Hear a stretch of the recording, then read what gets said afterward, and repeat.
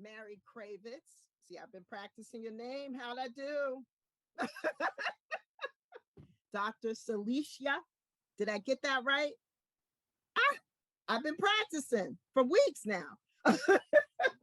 So, and we have Dr. Anita. Okay, that was easy. I could that I can handle. And then we have more speakers that will be joining us. And we have our wonderful moderators and facilitators. And that's Rita Williams-Bogar. There she is. And Casey Carpenter. Yes, yes. So we have them all. They're going to be helping me with this wonderful event. Because, you know, this is a labor of love, basically. You know, it takes a village, a team. Nicole is helping us, and she's wonderful on our internship team, and she's been doing a phenomenal job. And you'll see a couple more team members joining us over time. But just to respect your time, I want to make sure, I love that you guys are dropping in your information in the chat. Do that. That's awesome. Drop your information in the chat. Very good. Great for networking, just in case you really don't want to wait for the list and you see someone or talk to someone you really want to connect with. We want you to be able to do that. So what we're going to do now is, let me pull up my little list here. We're going to start doing some speed networking. And you guys, we've been in this COVID season for a year now. So I know that prolifically you've been on Zoom calls and in breakout rooms. So this is going to be no different than that. We're going to break up into rooms with 4 or 5 people. And then we're going to do a round robin. Do we have any volunteers who might want to help with timekeeping in whatever room you end up in? Mary, anybody else? I see you, Christina. Why are you not raising your hand? I know you. That's one of my Adrian's network buddies. And Susie, awesome. So whatever rooms you're in, those of you who know how this works, we need a timekeeper. We want to share a little bit about what we do, our products, our services. What's your superpower? You know, what is it that you do that helps you to stand out? Hey, Lauren. How are you? Welcome, welcome, welcome. So good to see all of you.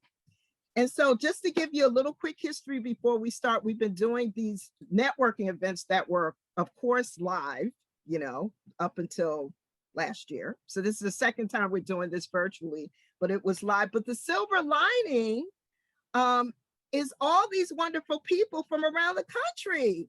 So that is what I'm so excited about, that we have in this room, just reflected here, just different parts of the country. And so what I'm going to do is point you out. I just want you to say your name and what part of the country you're in. That's it, because we're immediately going into the rooms. Okay, immediately. So, all right, Nicole. Hi, my name is Nicole. I'm one of the interns for Light of Gold PR. I'm super excited to be here. We've been working on this project for a while now. So it's great to see all you guys' faces. And you're in, where are you? Say that one more time. Where are you? Oh, where, I'm where currently are you located? in New Jersey. I'm currently in New Jersey, but I'm from California. Yep, so we got both sides here. Casey. I'm Casey Carpenter, hailing from the beautiful, gorgeous Montclair, New Jersey. Yes, New Jersey. And I'm right next door in Bloomfield, New Jersey, right next door. Mary. Hi, I'm Mary Kravitz, and I'm from San Luis Obispo, California. Awesome, awesome. Dr. Celicia, where are you? Hi, everyone. Good morning, ladies. I currently am in Atlanta, Georgia. Hey, it's awesome. For now. Amparo. Good morning, everyone. I'm Fado Connors, and I'm in Queens, Forest Hills. I live and work in Queens. Cool. Susie Israel.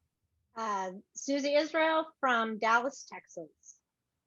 Texas is in the house. Unbelievable.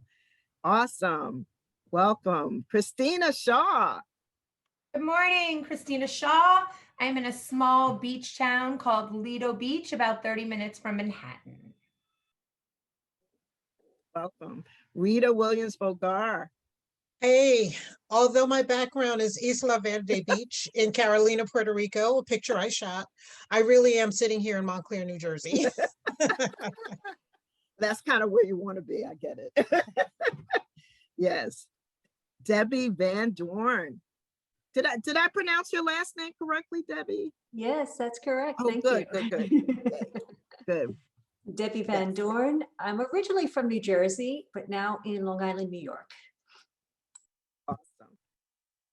Karen Star Gates. Here I am in northern New Jersey, about 25 minutes away from Montclair and Fairlawn.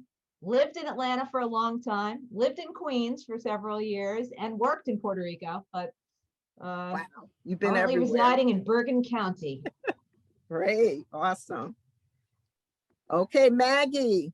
Maggie, where are you?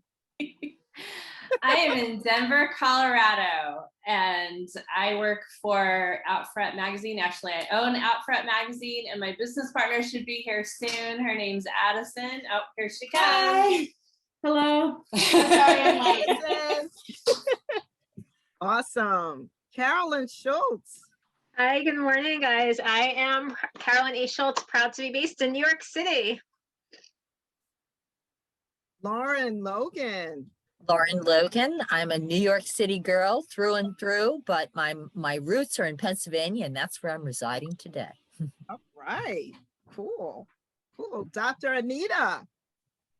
Originally from Bronx, New York, living in Southern California. All right. Right. That's awesome. Adrian, we're just sharing where we're at, where we are, where we live. Right, the corporate headquarters here in Port Washington, New York. Yay. Singrid Channer. Can you hear me? Yep. Where are you located? Bronx, New York. Bronx, New York. Bronx, New York. That's my hometown. I'm originally from the Bronx. I lived in Atlanta for over 15 years, but I'm in Bloomfield, New Jersey. So, you know, I've kind of made the rounds, not quite like Miss Karen Stargates, but a little tiny bit, made some rounds. So wonderful, wonderful. You guys are from all over. This is so exciting. I'm thrilled. So what we're going to do now is we're going to start the speed networking. I got some volunteers for when you're in your room that you're going to share. You're going to give your 1-minute pitch. We could do in 45 seconds or shorter, but 1-minute pitch. And we're going to go around the room. Everybody share about their products, their services, maybe who's a good customer or client for them. And maybe what their superpower is. What is it that you know that you do really, really well, better than anybody else? What is that? Oh, Carolyn, we're about to do the speed networking. You got to tell us, where are you located now? Mahopac or Mayapack, New York. It's above Westchester. It's Putnam County. Okay. All right, cool. Why don't we use this time together to tell each other something? I loved what you said, Deborah, about the talk about your superpower. So I'm going to start. Lauren Logan, Orion Development Associates, certified executive business coach and fundraising consultant. I happened, because we are switching vendors, to get an assessment and have a debrief last week, and rediscovered that my superpower, I'm like off the charts altruistic. And that comes with an empathy and that sort of thing, which actually relates a great deal to what I do for a career. But being told that, you know, you're in the top 2% of this, you really need to maximize it, was a wonderful, it was encouraging for me. Christina. Love that you took control. This is very much appreciated. So my superpower is that I am a single mother to 2 very small children, and I run, thank God, a very successful insurance agency. And I think that I motivate and encourage other young moms that are navigating a journey that outside of death can be the next most difficult journey of one's life, to show them that there's a beautiful side after divorce, and you have an opportunity to recreate who you are and what you want out of life. So I think that's my superpower and my gift to the world. Wow. Wow. Amparo. Thank you, Lauren. So actually, I don't know Debbie Van Doren. I think we might have been in a NASNet meeting, but we don't know each other well. And That's Nicole, true. That's nice true. to meet you, Nicole. So for those of you that don't know me that much, my superpower is really knowing people from very quickly on. I can see through the bull in someone. I can see what skills they have and how they undersell themselves, a little bit like Lauren does with the career coaching, but not to the level that she does. But I'm able to really discern what my clients need in terms of their really, what are the needs that they have, and then find the person and make that connection. So I'm really good at connecting people. And a lot of times it's really just giving someone confidence in the skills and how they present themselves on an interview, and to see their potential, and then helping the clients connect with that potential person. So that's what I've been doing I said it yesterday at ASNet meeting, and Adrian's like, well, maybe it's not so great to say you've been doing it for 34 years. My kids are telling me that you're kind of, putting yourself out there like too much. Just say that's something you really have excellent experience at. I'm like, okay, good point. So, but for you all, I'm sharing, it's been 34 years I'm doing this, 22 my own business. So thank you. Thank you. Debbie. Debbie Van Doren, most of you know me through AceNet. I think probably my biggest superpower is my ability to organize and tidy things. Marie Kondo probably has got a bit of a challenge with me because I've been doing it probably for a lot longer than she has. And I use that to help people get their financial world in order. There are a lot of things that draw their attention. They don't know what to tackle first. And so they get overwhelmed and they don't do anything. So I help them take one thing at a time in an orderly, organized fashion, and help them get their financial world in order. Amazing. Nicole. Okay, so I think my superpower is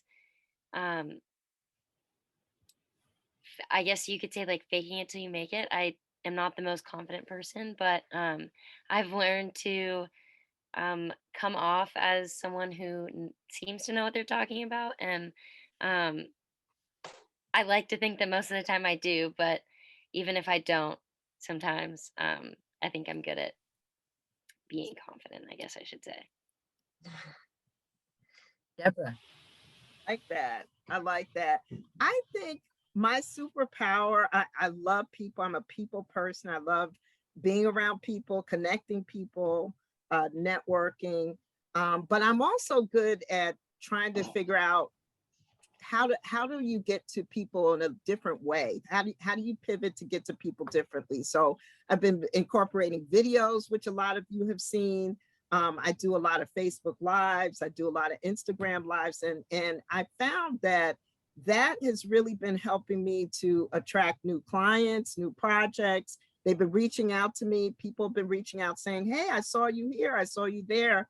And I want to go ahead and set up a meeting with you. So I think I'm really good at using my past IT and tech background and integrating it to assist with pushing forward the marketing. Whether it's for myself or for my clients. That is great. And thank you for that lead in. That was such a great, that was a great question to ask people. I don't think I've been in a networking group that's been asked before. Yes. Yeah, it's very important. We all have one. We all have a superpower. We all have something that sets us apart. So it's good to kind of share that and just, have people kind of share a little bit about their brand and who they are from a different perspective, So I think that's awesome. Yeah, definitely. May I ask Nicole, what are you studying and what school are you in? So I go to Seton Hall University. It's in like central Jersey. So I've been told. I'm not great with geography here, obviously. But I'm studying public relations and political science, and I graduate this May. So very, very soon. Great. So wonderful internship for you to have. Yes, it's been incredible.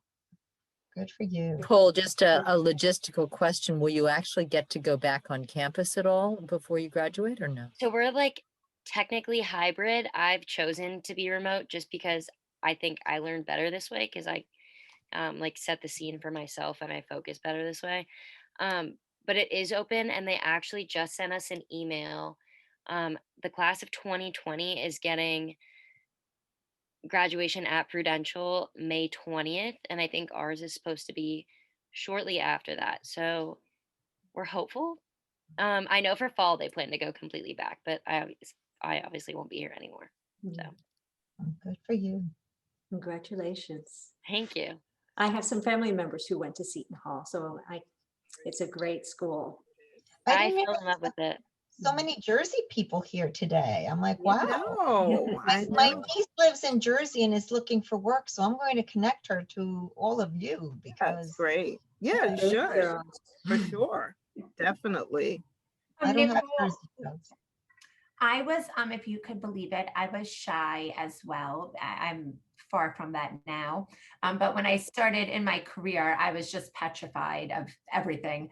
And my mentor, who's still a brother to me, he had me do some Dale Carnegie classes. And it was so wildly helpful. I used to have to run down the aisle and scream, "My name's Christina Shaw." Well, it was Richie then. But I was like, maybe I'll just go in the bathroom and stab myself because that sounded like a better option. So I don't know if that could help, whether you read some of his books or take some of his classes, but it was very helpful to me.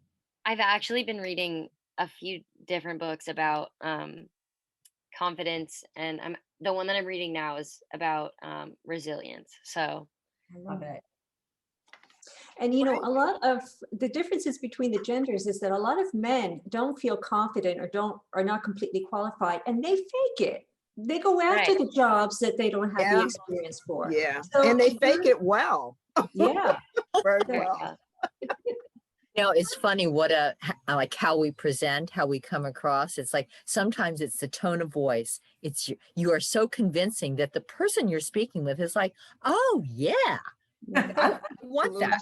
Give me that. Absolutely. So Ladies, Nicole- I'm going to close the room. I'm sorry. Yeah. No, I it was just a wanna- great room. It turned out to It's be a great room. I just want us to stay on track, but this is awesome. I love it. And thanks for giving Nicole these wonderful tips. She's been great. And you know, I try to pour as much as I can and mentor and be a good mentor, you know, and so, but it's always nice to hear from others, you know, professional ladies. This is good. Our confidence up.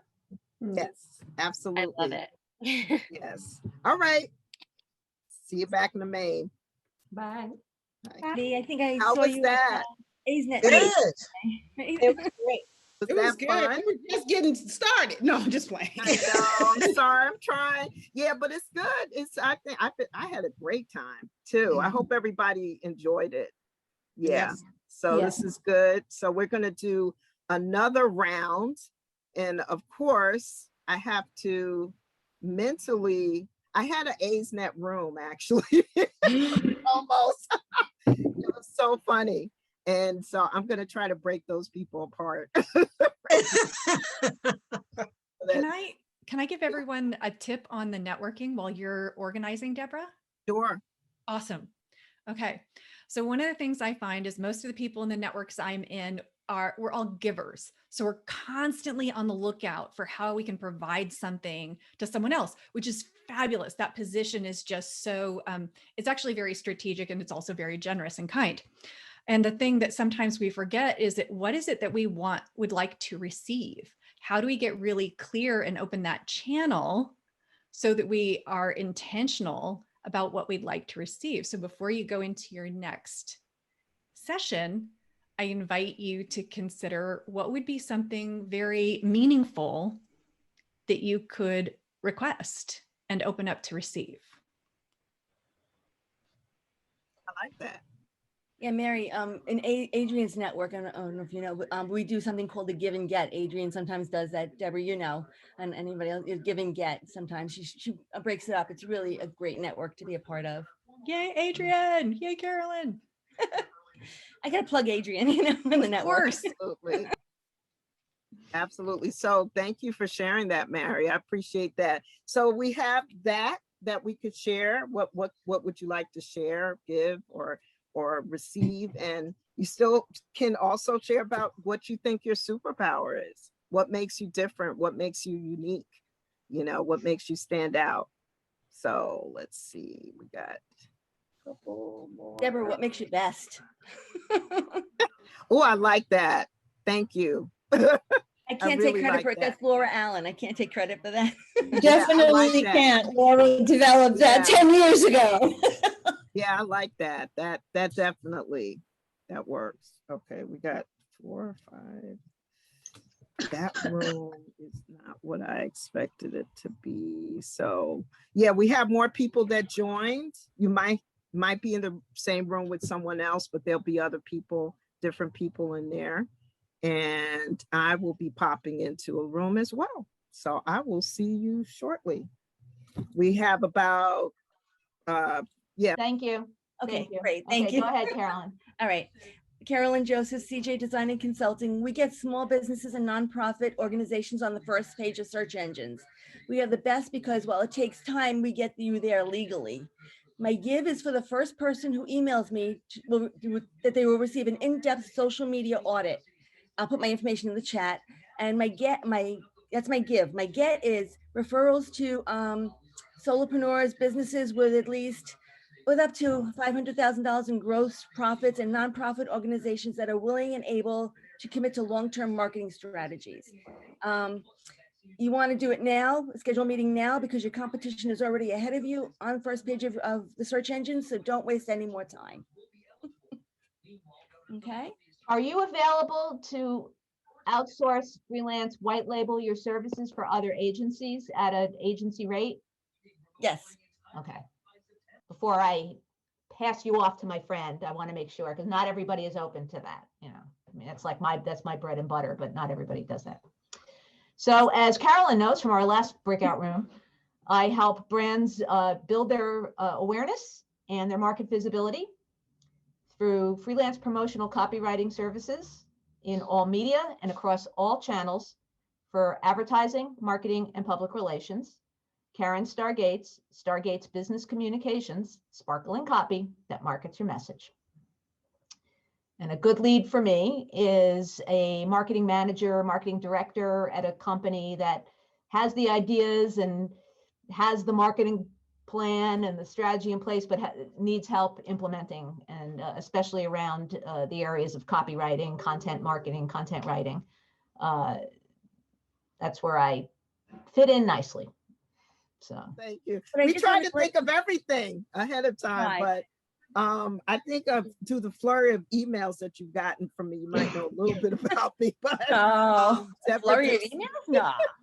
Yes, Light of Gold PR, 15 years old as of last week, and we do everything from marketing to branding to events to digital.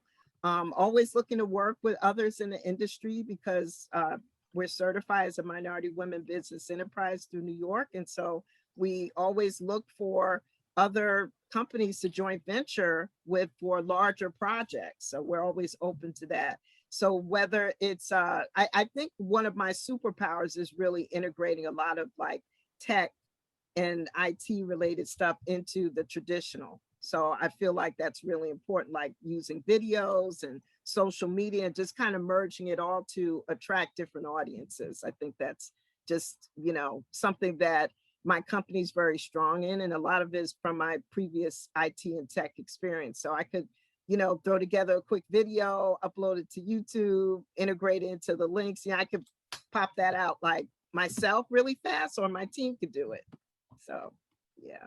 And you never want to ask me to do that. Oh. Because okay, about an hour later, I'm going to call you and go, I'm stuck. I can't. So if you ever have clients that need to do something a little new or, something like that, we could definitely help with that. And yeah, I get stuck on some of the, just embed the code and it'll be fine. It's like, where's the code? Yeah, we play really nice with other people in the same industry. I don't really feel like it's a competition. I feel like, same here. Yeah, it's interesting. There's enough for all of us. Don't you find that there are some people who are, I don't want to say stingy or paranoid, but like, give it, like there's plenty for everybody. Yeah, it's sad. It's very competitive. I just think that there's that fear factor that people just don't think they're going to get anything else, or, you know, small to medium-sized businesses. I run into that a lot. Unfortunate, and it's unfortunate because I feel like we could look out for each other. Yeah. And we can share. And I knew at the beginning of the pandemic, I said, listen, if there's $1 to be made, we better learn how to share it. Yeah. Because we're going through a time in our country with all these people losing their jobs and companies closing. We got to learn how to play in different sandboxes, you know? Well, I think that those of us who come from a mindset of abundance, rather than, you know, there's nothing here. Scarcity. Exactly. Scarcity. You know, I see you, Dr. Anita. You dropped it in. I love it. Yeah. You got it. Awesome. Awesome. So I'm going to put up that we have about 1 minute to, I think we did Deborah, good. you and I have talked about playing together and working together. Yeah, we got to find a way to work together. Yeah. We need to work together. But to Karen's point, I think people are afraid that when one job comes in, I don't know when the next one's coming in. Right. So, but if you take the other, other point of, well, let's all, it's enough for everybody. Yeah, let's there just work is. together. There is. Yeah, I totally agree. I totally agree with that. And it just, you know, I think it feels sometimes when you work with other companies, you have to also be careful about the micromanaging part. Like, you know, you got to do it this way. And, you know, that fear that, you know, I don't want them to steal my client, you know, it's just, you know, it's uncomfortable, you know, and I think it's just, you know, conversation, a good contract, all of that. If you have all that in place, you should be good. Yeah, NDA or whatever, non-competes and all that stuff. Because what I have found is that the reason why so many women entrepreneurs have a hard time collaborating and creating joint ventures is many of them don't have a business plan. So they don't know how to create their business for the purpose of actually creating partnerships. They're creating a lot of programs. I see them like, what's your vision? What's your mission? What's your goal? What's your marketing strategy? And they don't have that in place. True. You're in headlights. So I'm like, okay, you can't actually do joint ventureship because you haven't created a business. So that's what I see a lot of. Yeah, I agree. Even though it says I'm definitely on in the creative field, because it's just all about the next gig. It's all about the next project. Nobody's thinking cultivating the relationships, being the good referral partner, you know, being a good networker, and it comes back to you. Right. Especially during a pandemic where work may be scarce, you know, we're not as that's true too. Not gonna be scarce forever. Right. Not a stalker. I just threw you into a room. Yeah, I was kind of on the hot seat. I believe it. All right. How was that? That was awesome. That was really fun. Awesome. Awesome. Ingrid, it's been so long. I know, forever. It's been too long. Great to see you. Yes. So we have wonderful, wonderful Rita. Rita, where are you? Let's see. I'm going to spotlight Rita really quick. All right, there she is. Hey, Rita. Got you spotlight. Hey. Rita is the owner of Personal Development Solutions, LLC. I love the catchphrase, sharing proven strategies for success. And don't we all need that, right? And Rita has enjoyed 25 successful years in corporate America, but wanted to be her own boss. So now as founder of Personal Development Solutions, she does what she loves. I love that. And we all need that. She's an award-winning dynamic speaker and facilitator. Rita provides custom workshops and consults with businesses and individuals on leadership development, emotional intelligence, ethics, diversity, and insurance education. She's also on the faculty at Montclair State University and Willie Pat University, Patterson University. And I went to a wonderful TED Talk. What was the topic of the TED Talk you just did a few weeks ago? Thank you, Deborah. My TEDx talk was surpassing your personal best. And my thesis is if you manage internal and external barriers, you can achieve your dreams, meet your goals, and find your passion. And it was so much fun to do. Oh my God, it'll be up on YouTube in about a week. Yes. Yeah, it's not up yet. Yeah. It'll be up at the end Okay. of the month. Oh, that's excellent. We'll be able to share that with everybody. So that'll be super, super fun to be able to do that. So I know you didn't expect, but I mean, she is so accomplished and is award winning, definitely someone that you want to connect with.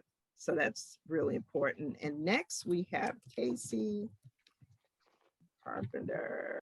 There she is. Hey, Casey. So Casey, speak and own it. I love that name.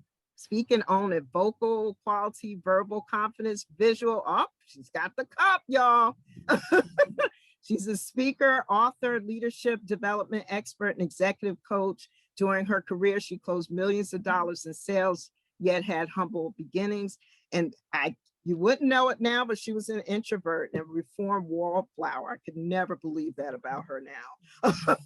So she was almost fired from her first sales job by being a slow learner on insurance industry concepts. Additionally, the company required that sales reps memorize and deliver a 9-page speech verbatim. Casey saved her job when she excelled delivering the presentation and won a district level speech competition. So she stumbled onto a key realization: when you master your speaking and presence, you can win over any room, anywhere. And so she went on to smash sales records. So she can help you with any of your communications needs in as far as sales. And she's just phenomenal. So I'm excited to have her as a co-facilitator and moderator for today. Thank you, Deborah. I'm so happy to be here with all of you. Yes, thank you. Thank you. So happy to have you. So what we're going to do now is I am going to pass over a new person that popped in, and we just want to quickly acknowledge her before we move on. Michelle, are you there? I'm here. All right, you're going to be on camera? Because your voice and my sound alike. This is because she is my oldest niece. 5 years younger than me. I became an aunt at 5. And she is in Atlanta. So she's popping in during her lunch break. I'd love for you to be on camera, Michelle. So as soon as you could come in. Okay. Awesome. But yeah, she's joining our call today. So I'm thrilled to have you on the call, Nisi. Thank you, Auntie. Thank you. Right, love you. Glad to have you here. Thank you. Okay, see, it's all about family. It's all about love, right? So I want to share this, and I have to share it real quickly because if I go too deeply into it, I'll start crying. But I am a breast cancer survivor. As many of you know, as of 3 years, knock on wood, this is my 3rd year being cancer-free. And so many people in this community right here on this call were supporters of mine. They sat with me through treatment, like Rita. They went with me to classes. And if I looked a little weak, someone like Casey came over, put an arm around me. You need to sit down, hon. How you doing? I mean, so we went through a lot together. And Adrian's Network, what can I say about Adrian's Network? I mean, I just told them early on that, I had breast cancer because I didn't think I could hide that. I wasn't that good of an actress to pretend that I didn't have, breast cancer. And what did I have to be ashamed of? So I just wanted to say that real quickly. I wanted to thank this whole entire community, whether you were there in the beginning or not. Of course, my niece took care of my mother and her grandmother for 5 months so that I could go on treatment. So everybody kind of played a part with it. And I'm very thankful for that. So I wanted to share that because when you find your tribe, you need to stick with your tribe. Get your tribe together, support each other, be with each other, work with each other, help each other. So I wanted to share that. And so now I'm going to turn it over to Rita. And I'm going to spotlight you, Rita. And then since I'm the first speaker, I'm just going to spotlight you. to introduce me. Yes, and then you can re-spotlight you. So Deborah, thank you so much for putting this together. I'm thrilled to be able to support you. Oops, thrilled to be able to support you in this effort. Yes, get that dance on, get it going. I'm dancing on the beach in Puerto Rico. Yes. So we all know Deborah. We love Deborah. She's got a wealth of knowledge and experience in the PR and technology field. In fact, on our Friday morning walks, Deborah, Casey, and I are part of a group. We call ourselves the Friday Feisty Fierce Walkers. So every Friday morning, we're out there no matter what, rain, shine. We're better than the post office. Rain, shine, sleet, dark, cold. We're out there getting our 3 to 5 mile walk on. And she's a public speaker, branding specialist, strategist, trainer, the work. She's also an award-winning individual.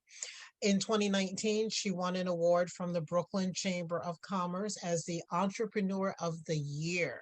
Kudos to you for that. And in 2014, one of the top women in business awards. I don't want to stand in the way. Deborah, you've got 15 minutes. Casey is going to hold up a sign at the 5-minute mark and then again at the 1-minute mark. I request for Deborah's sake and for all of our speakers that any questions you have, please type them in the chat, because Casey is moderating the chat and she will make sure that the speakers get the questions in the time that we have allotted. So Deborah, I'm happy to turn it right back over to you. Thank you, Rita. Thank You're you welcome. so much for that. Okay, so I'm spotlighting my video. And so I'm getting ready to share my screen real quick. So we're going to go through this really quickly, but it's good information. And so let's talk a little bit about innovation, right? Innovation and marketing strategies to help you win. And we've already heard a little bit about Light of Gold PR. We're 15 years old, PR marketing, SEO, writing, video, just about, we cover the gamut as far as trying to get you traction with your target market. Consultations, SWOT analysis, webinars, all of that kind of stuff we can help you with as well. So I'm just going to speed through it because I want to respect everybody's time, but I also want to spend some time sharing a little bit about what we've kind of gone through and seen as a trend between last year and this year. So what we've seen happen is just global social media. We saw it all grow, right? It just grew massively, 50%, you know, during the peak of the 2020 holiday season. Everything is on social media now. Everything's digital. We're even digital right now. We're in a virtual world right now. So major growth of social media platforms like WhatsApp, Facebook, Instagram. There's been a 40% increase, and then 40% of consumers, they're all doing their shopping online. And so it's so important for you to be comfortable with digital and social media as much as you can. I think a lot of companies found this out the hard way when they were not prepared to pivot quickly enough to be able to still sell their product and still be relevant when they didn't have a really good digital footprint. And so I want to share a little bit about just what's happened with us statistically. And so social media trends, I'm always open to social media trends because I have a tech and IT background, right? So that's really what I love to share about. And so, you know, Clubhouse is the most recent trend that I just absolutely love. I know that people like Adrian and let's see, who else is on Clubhouse? Who else is on Clubhouse? I know, just raise your hand. Oh, Christina Shaw, oh my God, how could I forget you? You're on it all the time. And so it's good to adopt these new trends and be really comfortable about just like kind of dipping your toe in, right? Just to kind of check it out. And I'll tell you something, what I've been able to do is really engage. You have to be intentional about Clubhouse. My Instagram has increased by 40%. Definitely have more people, but I've had real meetings with people on because of Clubhouse over the past month. I went out and got the cheapest iPhone that I could get, and I just went ahead and jumped on it, and I don't regret it. It's just been a phenomenal experience. So being comfortable with new technologies, being open about it, which is social media marketing, being comfortable posting, you know, of your news and sharing what's news, what's you're successful about, but injecting some human element. Like I'm always, and the feisty Casey and feisty Rita knows this. Every Friday on Instagram and Facebook, I will do a live with us walking every single Friday without fail. And so just being real, but sharing it on your IG reels and live streams, and making sure you're hashtagging and doing keywords is really, really important. And so I'm going to stop sharing just for a moment, because here's another slide that I want to bring up. That's really something I need you guys to see. 1 second. I'll bring that up real quick. Okay. So it's a little bit different of a slide. So I'm going to go into it right now.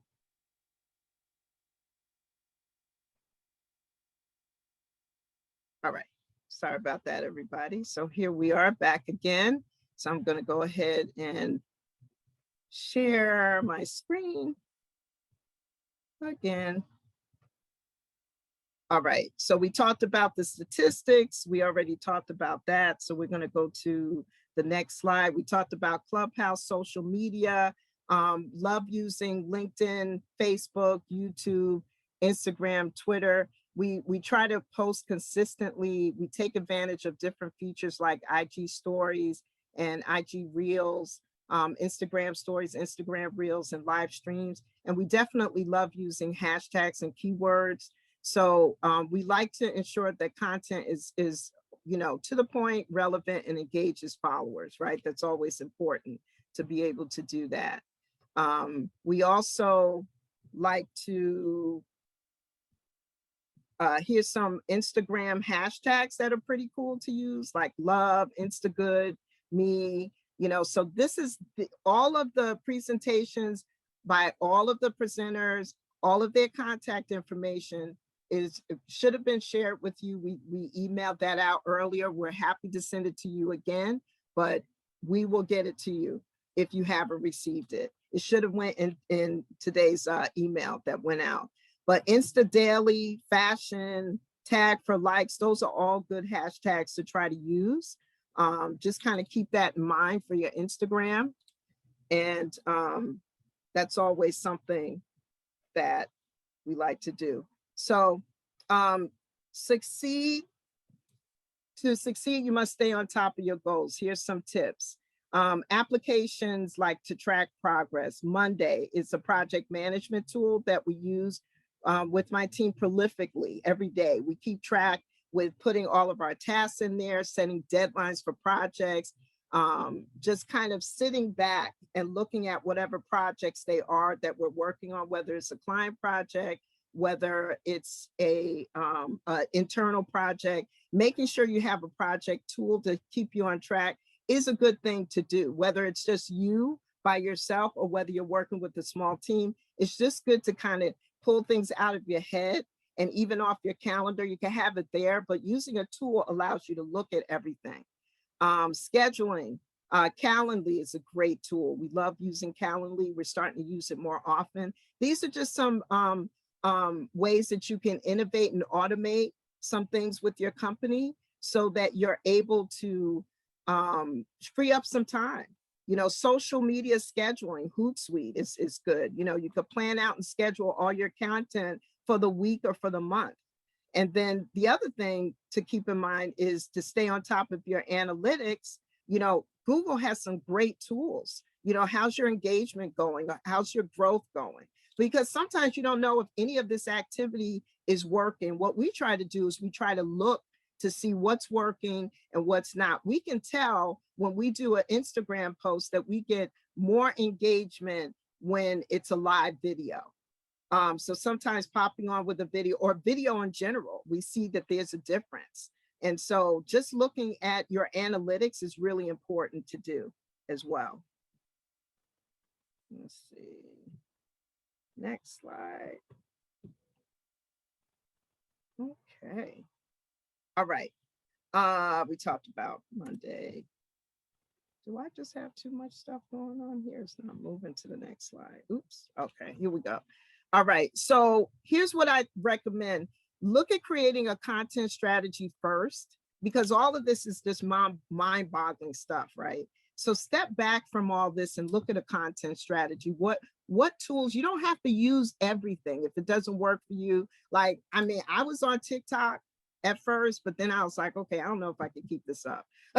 So I'm on Clubhouse prolifically. That seems to be working for me. So pick 2 or 3 social media outlets that you want to stick with and stay with it and use those. So that's really important. Your website, make sure it's engaging. That's like where everything needs to go, where you want to send people. It could be a lead generator for you. Make it interesting. Contact management software could be MailChimp or Aweber. Definitely keep that in mind, just to continue to automate all of your processes. And just, again, pay attention to your ROI. See if you're getting any deeper engagement by using some of these tools. And, keeping up with the times. I like to use emojis. Sometimes people think it's cute, some people think it's crazy, but we like to use interesting images or relevant trends online. And then ensuring, let me see. Sorry, let me move this. Ensure your workforce is optimal. Show instead of tell. Images and videos to tell your story. Keep the words to a minimum. People now, unfortunately, I'm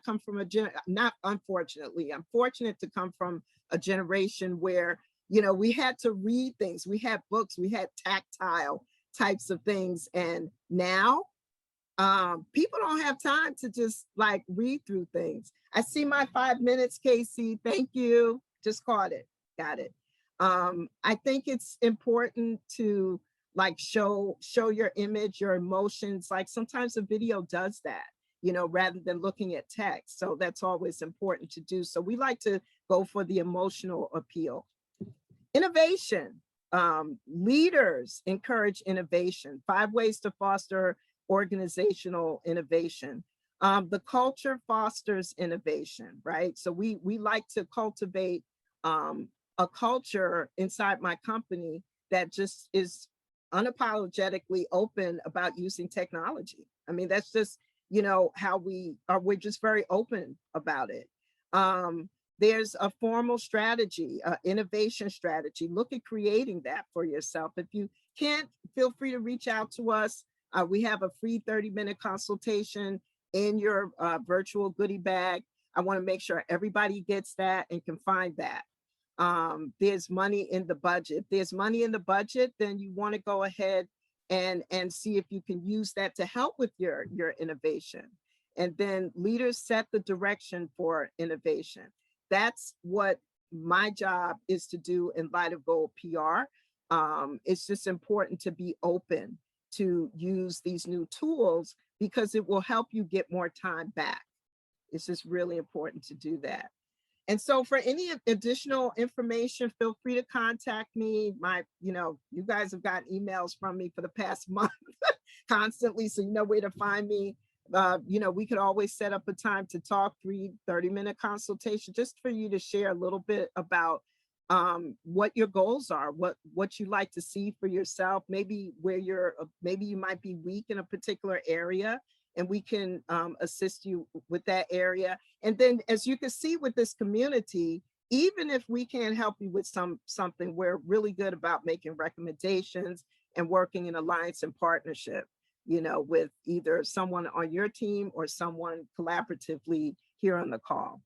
So thank you so much. I'm going to check the chat really quick. There is a question in there for you, Deb. And the question is, do you have efficiency tips for posting several times a day with authenticity and quality? Yes, that's a good question. Thank you, Susie, for asking that. That's a really good question. I will be honest with you, Susie. Years ago, we posted way more than we post now. We posted more often. Everybody was just diving in and trying to post as much as possible. And then they realized that, oh, I'm not getting anything, I'm not having any new engagement, nothing's happening. I'm not selling, I'm not connecting. you know, to resources or to people. So we started looking at maybe 3 to 4 times a day, certain posts, and then diversifying the post. The post might be an image that we might create in Canva, which is a great tool we use pretty prolifically. I forgot to mention that. It could be an image, it could be a live that you jump in and do, it could be a video. So what my recommendation is to diversify your posts. Use something different each time, whether it's a video, a pretty flyer, just use something different. And so I think injecting the brand of your company, what you believe in, what you're about, is really important in your content. And I believe that my voice, Light of Gold PR's voice, people know what that voice is because it's similar across different social media channels. So yeah. So I would say, you know, if you could look at 3 to 4 times a day, it just has to make sense. And I would diversify what it is. Adrian, you said that you're getting significant engagement on LinkedIn. I appreciate you sharing that because I've been finding that as well. 3 to 4 times a day, Adrian? Yeah, you know, I'm a writer, so the writing part is not the issue. And I do everything myself. I don't have a VA doing that stuff for me, but I completely agree with you on mixing it up. It could just be a fabulous, actually, I posted one image and that image got 7,000 views and multiple requests for different things, but mixing it up. It doesn't always have to be War and Peace. It could be an image, it could be, and commenting, engaging with people who comment on your posts is the way to build relationship and actually turn it off of the platform and get to be engaged in reality, not just on the platform. So it's not only just the posting, it's the other stuff too.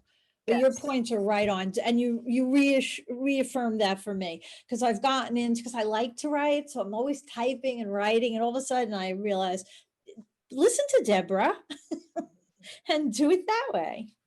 Yes, thank you for chiming in. I appreciate that because I've seen significant engagement on LinkedIn, and sometimes we sleep on LinkedIn. I gotta tell you guys, I mean, we're so busy playing over there at Facebook and Instagram, and it's like, whoa, when I started promoting this event, I mean, LinkedIn was like this, it just soared. And I was like, wow, you know, so we just immediately changed our strategy around.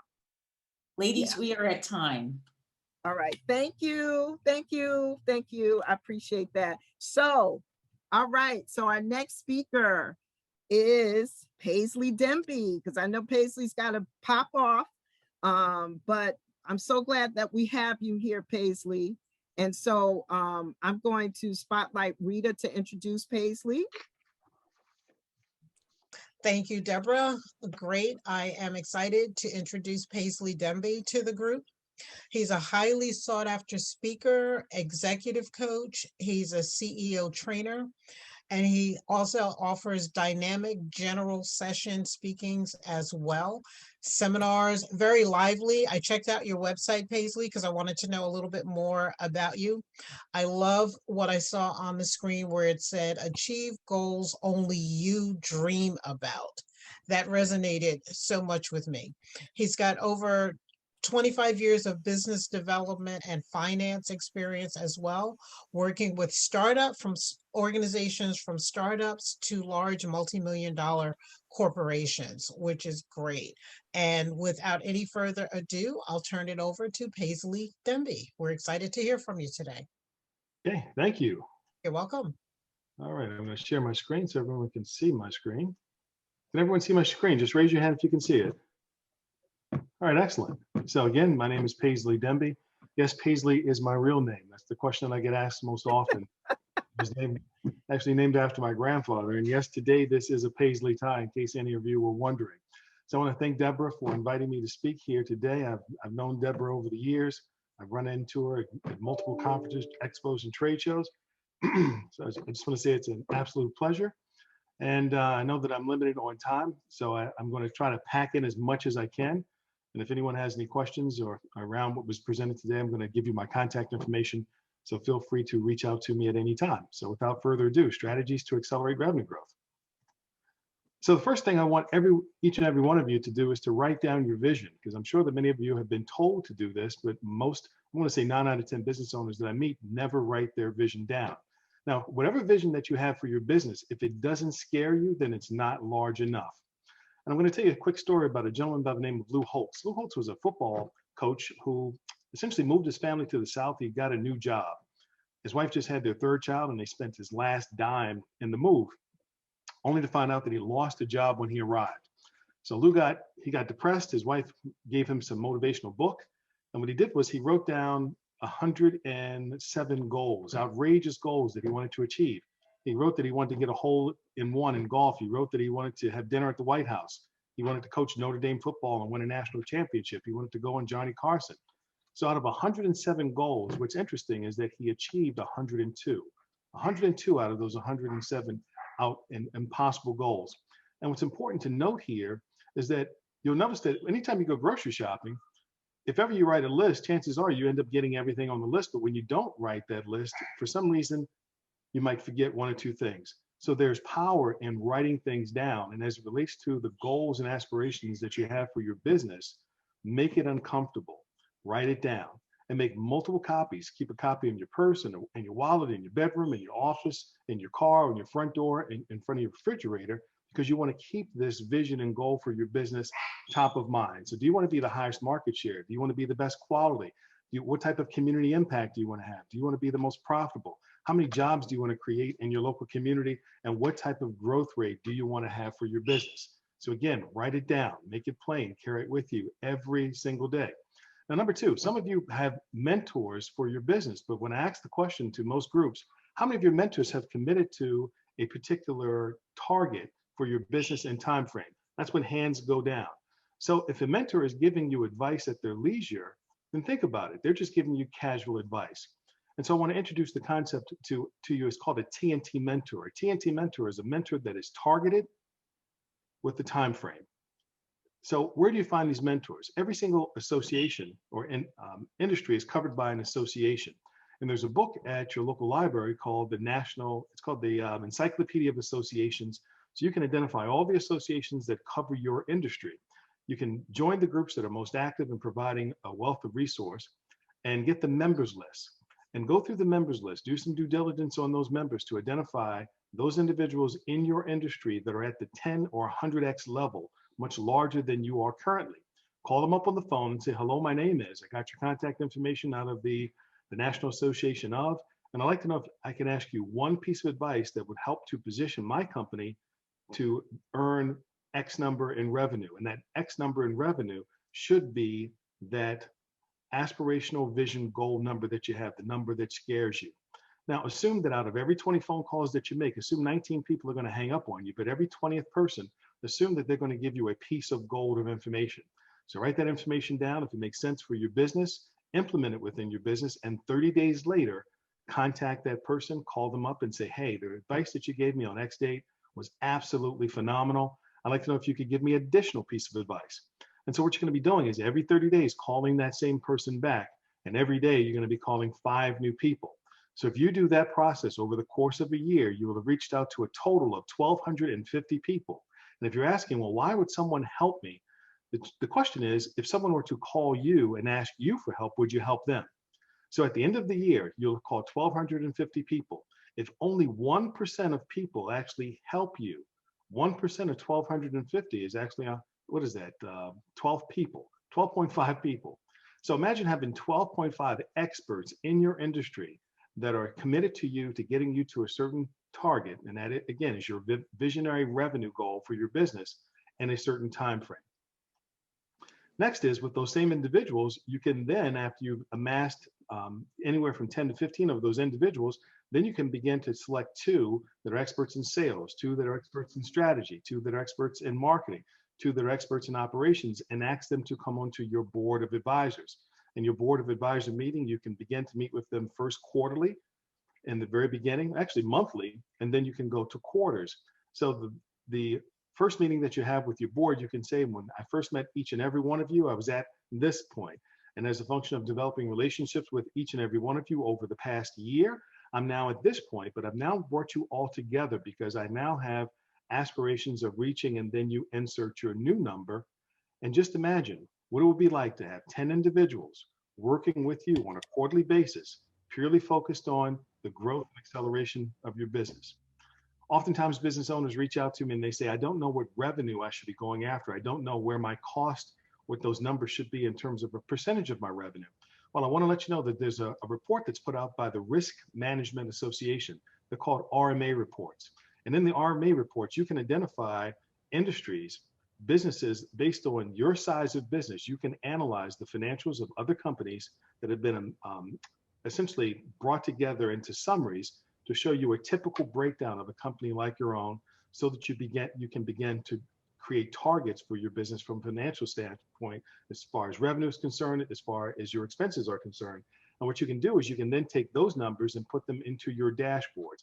If you do not have a financial dashboard for your business, speak to your CPA or financial advisor to begin to develop dashboards, because dashboards are now a way by which to assess the progress of your business from a financial standpoint. And it's dashboards position you to be able to focus on areas within your business that need immediate attention, especially as it relates to the attainment of goals or when certain numbers are not in alignment with where they need to be. So I want to encourage you to get the Risk Management Association reports. You can get those at the New York Public Library, and start implementing dashboards within your business with your CPA. The next is leverage resource pools. Each and every one of you has a cell phone, and inside your cell phone, you have hundreds, if not thousands, of contacts. And just imagine if you could take every single contact in your phone, dump them into an Excel spreadsheet, and categorize those contacts by revenue opportunities, partnership opportunities, strategy opportunities, marketing or social media opportunities and resources. So there's an app called, sorry, there's an echo. Yeah. There's Someone else needs to mute. So there's an app called Contacts to Excel, which will actually allow you to take all of the contacts into your phone and to dump them into an Excel spreadsheet. So the same phone calls that you're making to cold prospects or cold potential advisors for your business, you can also make warm contacts to individuals that you already have a relationship with. And when you contact those individuals, your script goes something like this. Hello, this is Paisley. We've been friends since high school, middle school, what have you. And I want to let you know that right now I'm currently doing X in terms of business. And I'm curious to know what you're up to and to see if there's an opportunity for us to be a benefit to one another. So in addition to the cold calls, you're making warm calls. Again, 5 cold calls to experts in your industry, 5 warm calls to individuals in your network, and you'll never believe what you're going to uncover. I started making phone calls to my warm network of folks I hadn't spoken to in many years. One of my friends worked directly with Barack Obama on his campaign. Another friend of mine just recently won an Emmy, and the list goes on and on. So start making those phone calls to individuals and use the software to dump the contacts into an Excel spreadsheet. Now, the next thing I want to talk about is idea generation for your business. Often this results in a pivot. Most small business owners are not doing these 3 things. They're not doing industry research, competitor research, or target market research. And these resources are readily and available to you at your local public library. As far as industry research is concerned, I'm sorry, Michelle Barry, can you mute your mic? Oh, sorry. Thank you. So as far as industry research is concerned, there's a report put out by IBISWorld. They're $1,000 reports that will tell you the major trends, the major competitors. It will tell you key performance indicators for your industry. That report that costs $1,000 is free at your local library. From a competitor standpoint, when you analyze your competition, you want to do SWOT analysis, which is analyzing strengths, weaknesses, to identify if there's some opportunities to take advantage of, and also threats. You can also set Google alerts for your competition. So anytime your competition, if there's a post to the internet that just came up, you're going to be notified if you set a Google alert. And as it relates to your target market, you want to identify their pains, their needs, and their preferences. But I want to encourage you to ask this question. Anytime you're speaking to your target market, ask them the question, what is your dream point as it relates to whatever it is that you're looking to achieve? What is it that you dream about creating. Now, when you combine all three of these analysis, you're going to develop ideas. And I'm sure many of you have ideas for your business, and you say, yeah, I got tons of ideas. What do I do with those ideas? So take your ideas, and notice on the slide down the left side, down the left side of the spreadsheet, idea 1 through 5. Across the top of the spreadsheet, create criteria that's important to you. So criteria like helps me reach my financial goals, risk can be managed, I have the operational capacity, the manpower, the capital. This creates strong differentiation from my competitors. It's supported by research. It creates competitive advantage.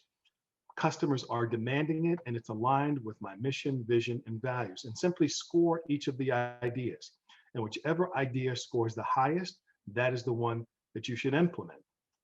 And I'm sure that many of you consider yourself amazing networkers. Well, I'm going to introduce the concept to you called strategic networking. So today, how many of you knew that I was going to speak before today? Raise your hand if you knew I was going to speak today. Now, whenever you've gone to a conference or trade show, they many times list the speakers. But what most people don't think about is reaching out to those speakers prior to the event.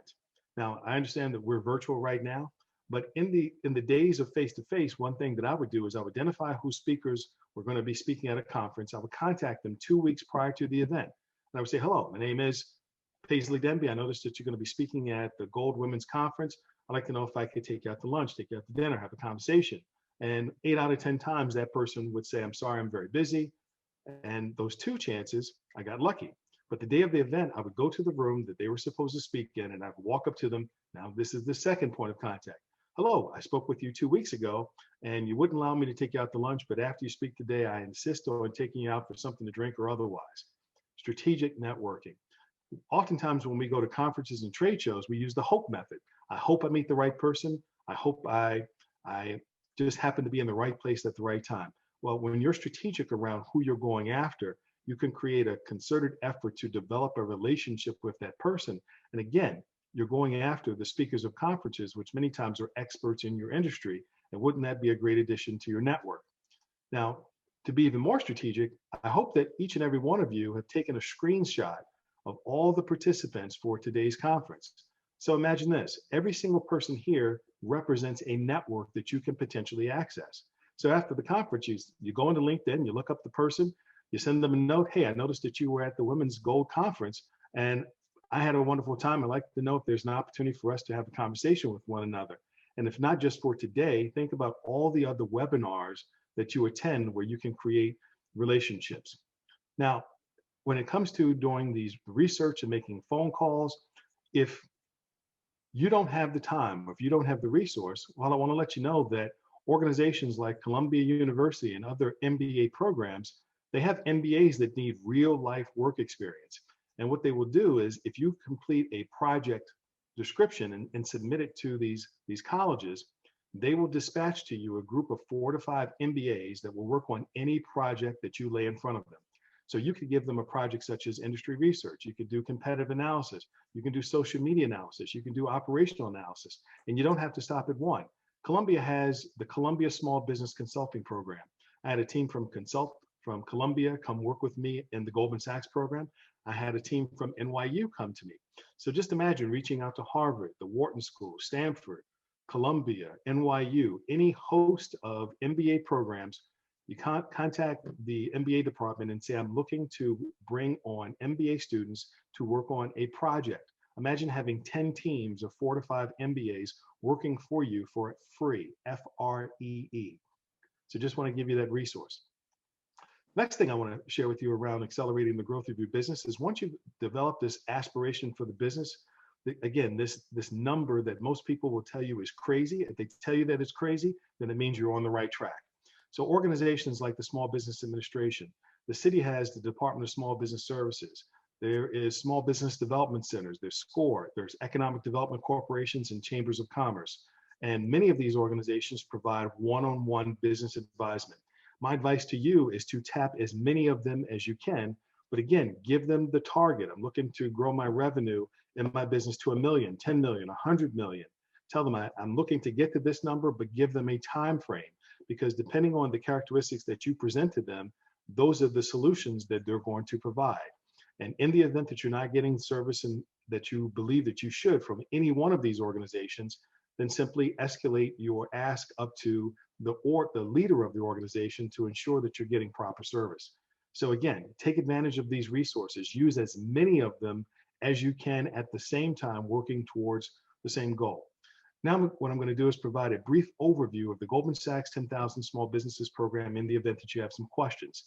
So Goldman Sachs essentially donated $1 billion to create a small business development program that has a practical business management education, a network of support, and capital to expand. So leading experts believe that this combination of services provides the greatest opportunity for revenue growth and job creation. The business management education is composed of 9 modules and 4 clinics. So module 1 is you and your business. It's about creating balance in your life. Module 2 is about identifying growth opportunities you may have never considered before in your business.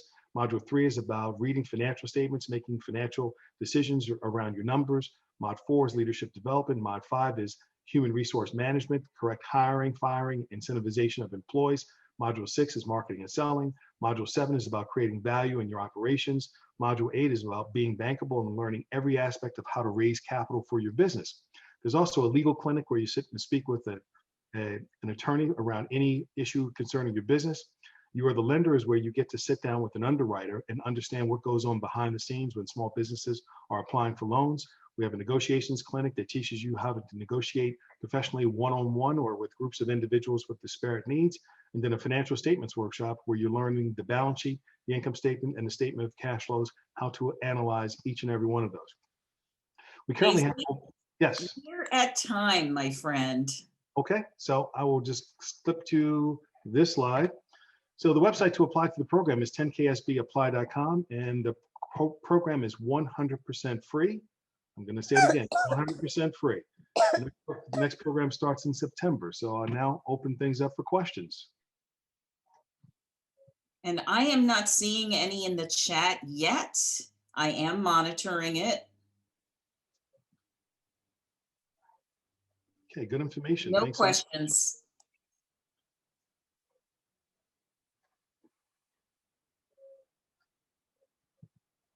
Dr. Anita, well done. Thanks. Very thorough. What was the name of the soft to Excel? Contacts to Excel.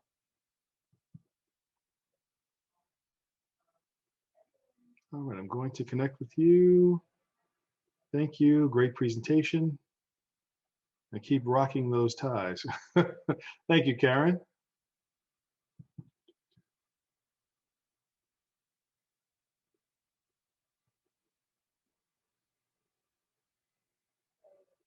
All right. Thank you, Carolyn.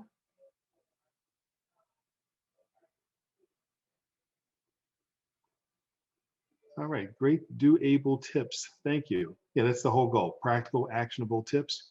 And that's what we aspire to do in the program, giving you practical tools and resources to accelerate the growth of your business.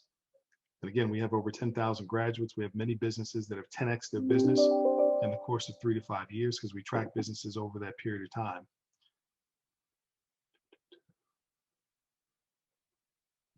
Thank you. I'm sorry, Deborah, are you speaking? No, that was Casey. I said thank you. Thank you, Casey. You're very welcome. All right. So again, Can you hear me now? yes, I can. Hey, I'm Yes. sorry about that. Yeah, I was muted. I didn't know. Thanks so much, Paisley. That was excellent. Thank you. Appreciate you. Thank you So- so much. So I know we're running a little bit behind, so we're going to get back on schedule. So Rita, our next speaker. Oh, and Rita, you're muted. Yeah, I'm muted. I saw that. Got Yeah, it. I saw that. Yeah. Mm-hmm. I facilitated a meeting this week, and for the first time in a meeting, I didn't have to say, you're on mute. So I commented about that to the group. Okay, wonderful. Thank you again, Paisley. Next up, we have Mary Kravitz. See, I practiced your name as well, thanks to Deborah, making it clear to me. I recognize how it's important to honor someone's name by pronouncing it correctly. And if I'm the moderator, I better say it right.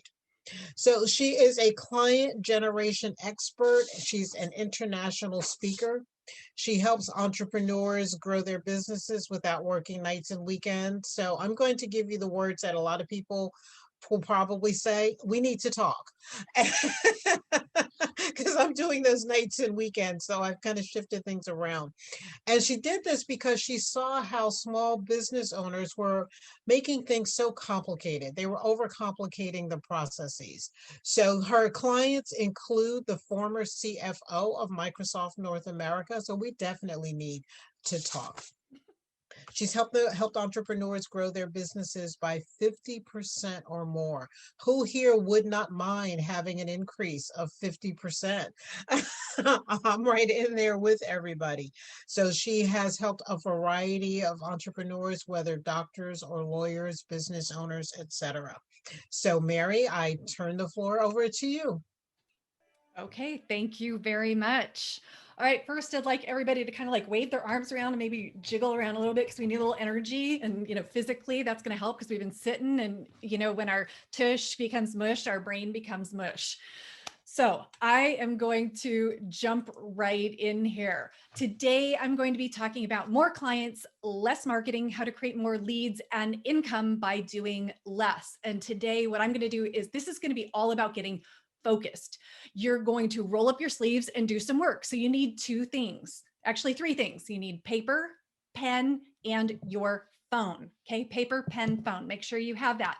When you do that and roll up your sleeves and do the work, get engaged, you're going to discover two important things. Number one is what is the most effective way for you personally to generate new clients so you're not wasting time and money on things that don't work. So that's number one. And then number two, big picture, where do you need to focus next in your business to start getting better results? But I'm going to start by getting you involved in the conversation. So what I want you to do right now is open up the chat. Put your fingers on the keyboard, and I'm going to ask you a yes or no question. Just a yes or no question, very simple. Ready? Here it is. Do you have a written client generation plan? Yes or no? I'm going to look at the chat. I'm going to look at your answers. All right. Got some no's, some yeses, some no's, no's. Yep. Maybe. I won't commit. All right. Fair enough. Well, here's the thing is if you don't have one, it's very common. And you know why? It's because there are a lot of moving parts. Okay. I'm going to introduce you to some of those moving parts today. And the problem is people aren't intentional in each of these areas. Most of people, they don't approach what I'm doing, what I'm going to show you, they don't approach it like a system, and they waste a lot of time. And honestly, that's exactly what I used to do. Now today, yes, I have a business that's past that critical 10-year mark. We're on track in the next couple of years for the 500,000 mark. But in my first couple of years of business, it looked nothing like this. I was running in a million directions. I was totally excited about contributing to the prosperity of others, but I wasn't charging what I was worth. I had no real plan of action to attract the clients and reach my goals. And it took me less than 2 years to completely burn out and be diagnosed with extreme adrenal exhaustion. Suddenly, I only had 4 hours of energy per week to run my business. And as I was trying to figure out how to navigate the crisis, a question popped into my head. And this is the first thing I'm going to recommend you write down. The question that popped into my head was, what's working? When thinking about how my clients were coming to me, the question to ask was, what's working? I didn't have time or energy to chase down the latest, greatest marketing trend or figure out what Facebook was doing with its algorithm this week. I needed to know that whatever strategy I put my very limited energy into, that it would actually produce results. So starting with that one question, my business grew as I recovered my health. And over time, it evolved into a bigger system that I'll show you right now. All right, give me a thumbs up if you can see the screen and just the screen. Fabulous, thank you. This is what it looks like. This is what it takes to attract clients consistently. It's a lot of details, but this is what helped me double my business several times over. Now it's the reason my clients consistently increase their income 50% or more, even through the pandemic, because getting you focused on the essentials and getting them all intentionally pulling in the same direction.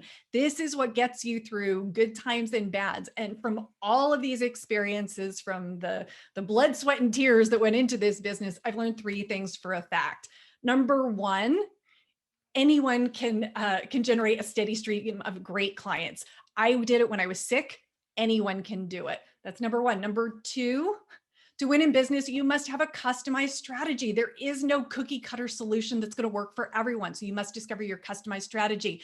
And then number three is when you do it right, building a business can be a lot easier. When you have the right system, you can stop the overwhelm and accomplish more while doing less. So let's dig right into the content. You're going to create that customized lead generation strategy that will allow you to stop wasting time and money on things that don't work, because there are so many options to market your business. How do you dig through and find your winning combination through all the noise? That's what you're going to do right now. This is where we are on the map. You're going to look at your custom formula. Okay, so let me pull down the share. So we're just, okay, so look at me. Got it? All right. On your piece of paper, you're going to draw a line top to bottom, creating 2 columns. Ready? This is where you're going to do some of the work. This is where the discovery comes in. And I'm watching you. I can see you. Okay, so 2 columns. In the left-hand column, I'm going to give you 40 seconds to brainstorm every single marketing strategy you can think of. These are things you're doing, things you're not doing, things you think you should do, things you see advertised, things you're like, oh my gosh, if I don't do this, I'm totally going to miss out on everything. Brainstorm. This is creating a mess and a drain of energy in your mind, and I want it on paper right now. So write down every marketing strategy you can think of starting now. 40 seconds, go.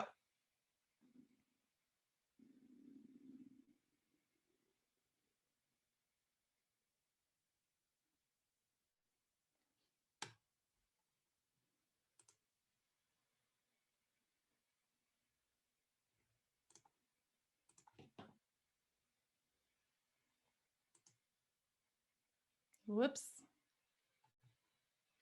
Oh my God, all my screens just went blank. Oh my God. Okay, Rita, my moderator, can you tell me what you can see on the screen, please? Yes, what I see is your PowerPoint, not as a slideshow. Okay, thank you. Now I see you. Okay, perfect. Thank you. All of my screens went blank. So I'm going to assume we're basically at time now. So this is, I'm going to show you what a list might look like. Oh, it's not There doing it is. it. Yeah, it is. Okay, you got it? Yes. Okay, perfect. Okay, so this is what it might look like. And when you try to go in all these different directions, you are going to run yourself ragged and you're just not going to get a lot of traction. So in your second column, what I'm going to have you do is write the name of 5 clients. These are great clients, clients who pay you what you're worth. If you had 5, 10, 20, 30 more of them, you'd be a happy camper and you'd be reaching all of your goals. Now, you don't want to write down the names of any pain in the ass clients. PETA clients is what we call them, because what I'm going to show you will multiply the results that you put in that second column. So no PETA clients, just great clients. Now, the way you discover where you should be putting your time and energy is you simply draw a line from the name of your client back to the marketing strategy that brought them to your door. And in general, you will find that there is a concentration. Remember when I asked at the beginning, what's working? This is the first exercise I did when I was sick. I had to discover what was working. So no matter what someone is selling on Instagram or Facebook, what you've discovered here, this concentration, these strategies are going to give you the highest return on investment when, and I want you to hear this, this is important, when you translate these strategies into actions and then implement them consistently without getting distracted by bright, shiny objects. This is what's working. This is where to focus your energy. And you may have questions. I'm going to get to those, so I'm going to keep going. All right, so now big picture, 5 minutes, perfect. Big picture, where do you need to focus next to start getting better results? All right, so this is big picture, but I want to go even bigger because this is a lot of detail. So big picture, if you aren't getting all the new clients and business you want, it's generally because there's a problem in just one of 3 areas: a plan, implementation, or lead generation. If you don't have a plan, you're probably feeling busy instead of productive, like you're spinning your wheels. If there's something getting in the way of implementation, you're getting distracted by bright, shiny objects, you aren't building momentum, it's probably an implementation problem. Or number 3, you need to improve lead generation. This means you need to maximize a current strategy or build new skills. Now, how do you figure out which you need to focus on. Well, this is where we have some fun. Are you ready? Okay, I love this. So go to, now this is where your phone comes in. Remember the second thing I said you need to go to your phone, and you're going to go to simplygetclients.com. And there's this like 4 or 5 question quiz, super easy. And it's going to tell you exactly where to focus. We're going to talk about that and you'll have questions about that. So you go to simplygetclients.com, and on that little homepage, it says, take the quiz. This takes a minute and a half. And you're going to know which of these things you're going to do, where you need to focus. So do that. I know it says 5 minutes, doesn't take 5 minutes. So do that. I'm going to be quiet for 45 seconds. Then I'm going to tell you what to do with it.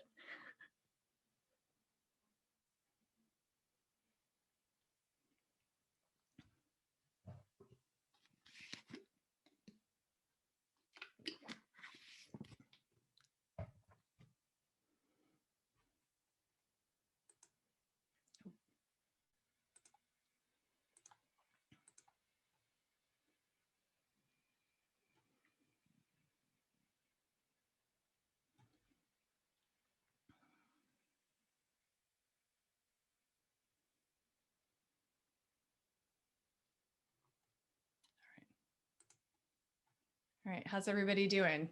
Answering the questions, you good? Oh, you're focused, good.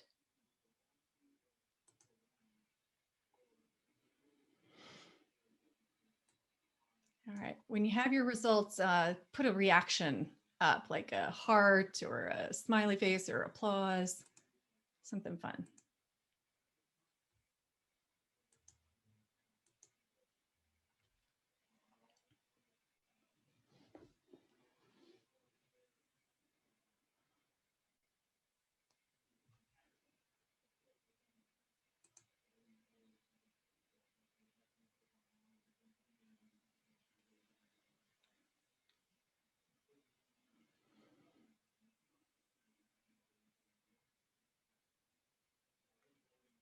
All right, wrapping up.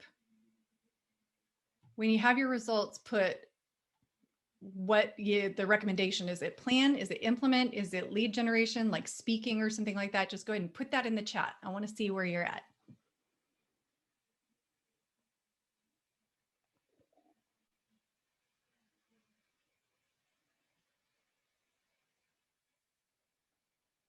Mary is good.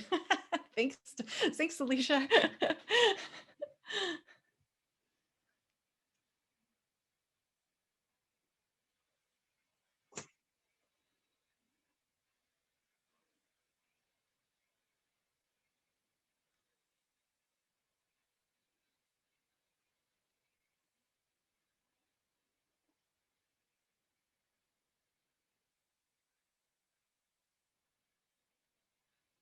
All right, I'm going to give you, okay, 1 minute. Perfect. Okay, so let's see. I don't have answer questions in or your outcomes in the chat yet. So I'm going to keep going and make sure that I just wrap this up for you. Okay. So what this will give you when you finish it is that bigger picture focus, because sometimes we get so into the tactical that we don't actually see the bigger picture of what we need to pull the whole thing together. Clarify your plan. Yay, we've got some plan people. Yes, excellent. Okay, so getting into action, getting a plan together, it's the only way to turn your passion into profits and clients. So what I can offer next, because this is such a short time frame, what you're going to do next is make sure to identify a bite-sized action. And then since you took the quiz, what I'm going to be able to do is you're going to get a follow-up email, because the first thing you're going to see is this great little graphic. It's going to say, here's the first thing to do. And it's kind of general, right? But then the email, that's what you want to look for, because it's very detailed. It gets into like anything you indicated, it's going to give specific advice and direction depending on where you are. We made it very specific and customized. Now, after you get that report, you're going to get a couple of emails that are going to invite you to book a call to explore programs I offer. And let me just tell you, these are not programs like freaking like $30,000 college program where you're going to learn the theory of entrepreneurship. These are real life, bottom line, get business, make money programs that are a fraction of something you'll get at university. So if you're tired of spinning your wheels and you know you get further faster when you learn the shortcuts from someone who's been there and done that, you book a call when you get that email. Okay. Now, if you're even more impatient, you're like, yeah, can't wait that long. I'm going to give you right now in the chat where you can book a call. And I'm going to give you very quickly, because I know my time is very shortly up. Before you book a call at breakthroughcall.biz, this is really important. Here's the deal. You're going to talk on this call to my top strategist, Jane. She is going to get very real with you. She's lovely, but she'll also tell you the truth about what it's going to take to reach your goals and how my programs could fast track your results. So is that fair? She's going to tell you the truth? Yes? Okay. Hey, So Mary. the link is in the chat. And are there any questions?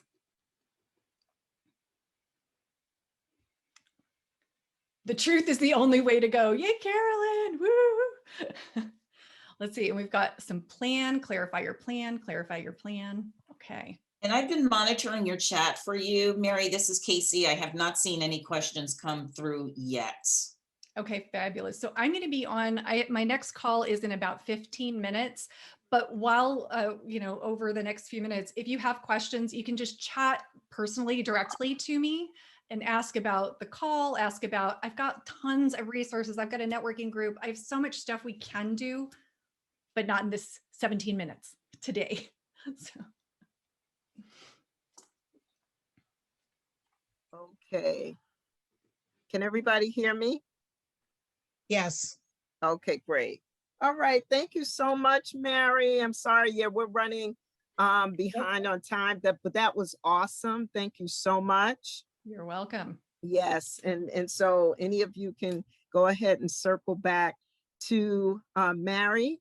I want to be respectful of everybody's time because I know some people have to jump off for calls and do different things. And I know all of you have to jump off for calls. So I just want to be respectful and look at who our remaining speakers are.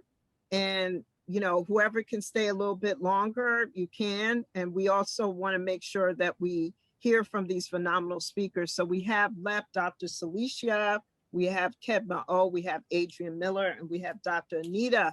So Dr. Anita is probably going to have to really bring us up since she's the last speaker. So I know she could do that. So I just want to be respectful of time. I know that Kedma, hey Kedma. Hi. Hi, how are you? I'm always great. Good. So I know that you're in Oregon. And so we might have to make just a quick little short change to the run of show a little bit so that Kedma can bounce off because she'd have to leave in about 10 minutes. And I hate for us not to hear anything from her. So Dr. Celicia, are you okay with that? I'm sorry, I have to move around a little bit. I know we're running behind. You okay? That's fine. As long as I could go afterwards, because I scheduled to be here to 2. Yeah. And I appreciate that. I do. I appreciate that. Thank you. I'm sorry, guys. I know we're doing our best to give you as much time go down to 10 minutes? I just want to make sure because okay. No, we're probably going to keep you at 15 minutes because I know you have a lot of great stuff to share. So what I'm going to do is, let's see, is Kedma spotlighted for everybody? Can everybody see Kedma? I just want to make sure we spotlight her. And trying to do that. Actually, Maddie or Saeed, go ahead and see if you can spotlight Kedma's image for me. I think I turned over to them for them to be the co-hosts. Yep. Thank you. Oh.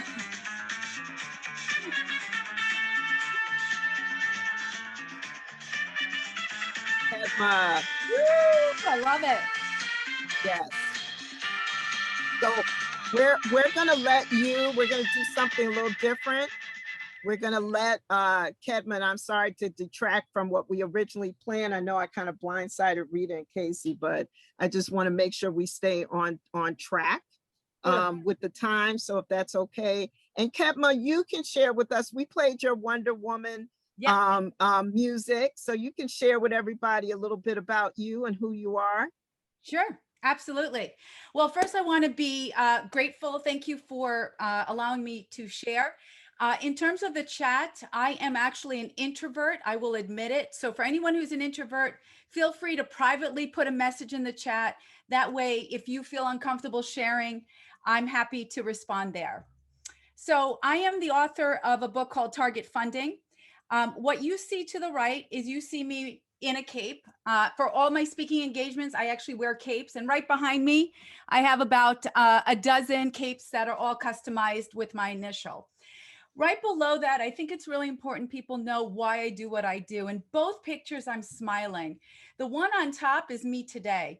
The one before that was 30 years ago. And what most people don't know is I wear the cape because I lived out a real superhero experience. And this, at that moment when I had that picture taken, I was actually in hiding. I went into hiding for 5 years after leaving a very scary situation. And so today I spend my entire life helping entrepreneurs and everyday business owners find money. Now, why do I care about money? Well, I like to say that life likes to repeat lessons over and over again until you actually learn them. In 2001, I had to leave a very difficult relationship. And the price I paid is I had to file bankruptcy. So I found myself with no ability to get credit. I was bankrupt. I didn't have a family that I could run to. And through serendipity, I received my first credit card 2 weeks later for $200. And I remembered as a young girl, I used to play Monopoly. If you've ever played Monopoly, you know that you could be totally, mortgaged out, no money, but if you can pass go, the banker has to give you $200. That was the moment I reverse engineered. I spent 15 years uncovering every grant, every resource, every funding opportunity for people like me, because I knew that if I could help someone who had gone bankrupt and my credit score was 450, then I could help anybody. And so that is why I do what I do. And in 2019, McGraw-Hill picked me up. Today, I have a wonderful family. My credit score is 820. I'm an inventor. I'm an investor. I'm an SBA champion. But I needed you to know why I do what I do. Now, I'm going to go through this very quickly. Everybody wants money. But what I want to focus on is how do we target it? When I go after money, I look at it just like target marketing. I actually identify and investigate specific funds and resources for each individual. So if I'm working with Dr. Anita, it's different than if I was working with Debbie. It's different than if I was working with someone named Lisa. Everything is very targeted. How do I think? Well, if you enjoy pizza, I want you to imagine that the way I think about getting money is like a pizza pie. Why? Because when you come to me, most people are like, I just want one lender. I just want one investor. But if you think about a pizza pie, often we have 12 slices. I may be thinking about 3, 4, 5, or 12 avenues that we can target the funds for you. And then how do I think? If anyone here is a chess player, you will know that the game of chess requires strategy. The game of chess requires you to know the pieces, and the pieces, some of them play very differently. Now, whoever developed chess, thank you, because we all know that the queen is the key in this game, right? We know that. But if you don't know how to play chess, if you don't know how the pieces work, you're not going to win the game. And this is exactly how I see money. To the right, you're going to see something that I work with every single day. These are key words to when people talk to me about grants. Every single day, someone says, Kevin, can you get me a grant? But what they don't know is grants are hidden in key words: SBIR, SCTR, IDA, forgivable loan, trade exchange, subsidy, pro bono. You're probably thinking, where do I go here? You need to know money is tied to keywords. So this is your gold. I'm about to give you gold. The money that you look for in your business, whether you're an inventor, whether you are a startup, whether you're expanding, lies in who you are. In who you are. How does that make sense? Pretty simple. Whenever I do an assessment with someone, And I can tell you right now, anybody on this call, you can fact check me. I guarantee you, if you work with me, we will find money, because when I work with you, I'm looking at your geographic, where you're located. I'm looking at your demographic. Do you identify as a woman? Do you identify as African-American? Do you identify as an LGBTQ founder? Do you identify as a Hispanic-owned business? I look at your business size, your stage of business, your industry, your innovation, your mission, your impact. Once I know that, it becomes very easy to go after the money, because now we're targeted. Where do I find the money? I like to tell everybody that there's a funding party happening every single day of the week. That's what I write. People say to me all the time, well, wait a minute, Kedma, what do you mean there's a funding party? I want to go. I want to be there. And this is what I say. How can you go to a party that you don't even know exists? How can you invite yourself to a party that you don't even know is there? That's where I step in. So if you look to the right, all of these circles represent actual funding pots that I have gone after.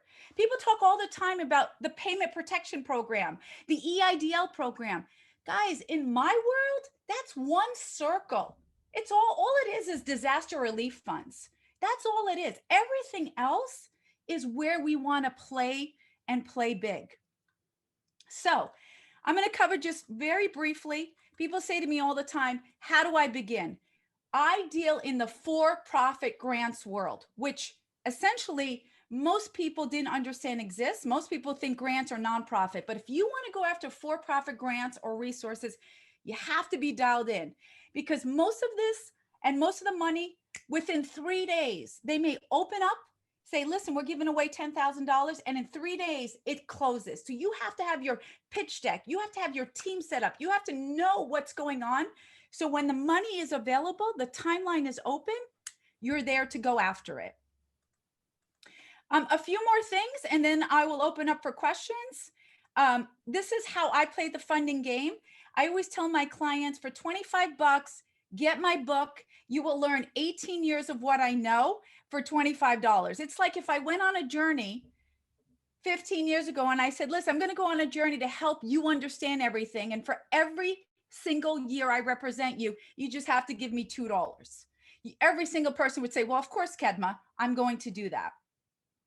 The other thing I want you to know is I am actually an investor for 2 big organizations, Pipeline Angels. We only invest in women. So if you're a woman founder, you're looking at scaling, you want other women to invest in you, please reach out to me. And then for anyone who is not identified as a woman, I also support TBD Angels. And we really look at all types of technology to support and help with seed funds. Now, last thing before I close, I'm going to give you 3 things to look at. Number 1, actually 4. Number 1, I'm a LinkedIn influencer. I have about 35,000 connections. I believe in karma, good karma. If you want to connect with me, just tell me you found me on here. I will add you to my network. I'm happy to share any of my network. Target Funding Fast Track. If you are interested in working, we do a training class. Yes, there's a cost, but we offer scholarships.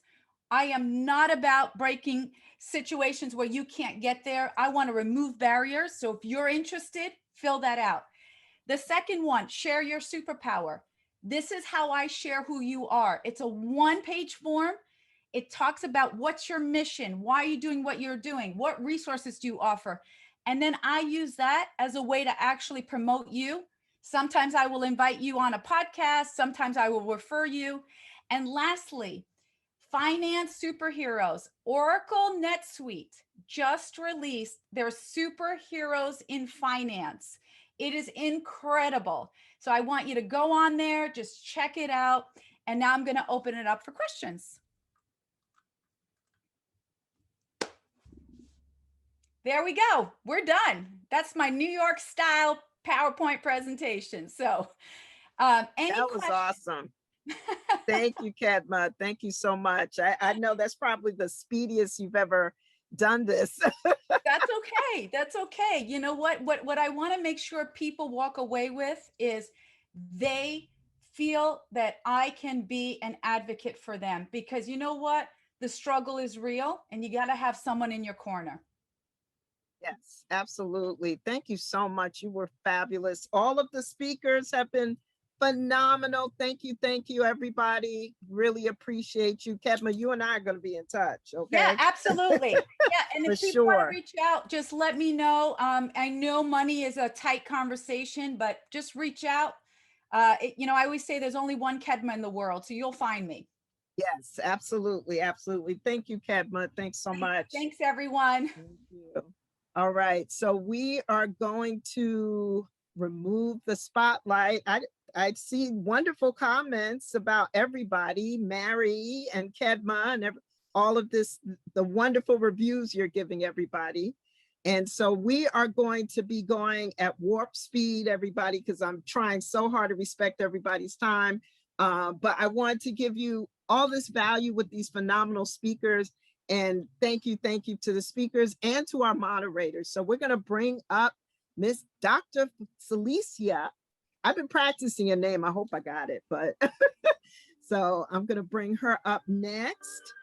And so I got you spotlighted. That's your music coming up.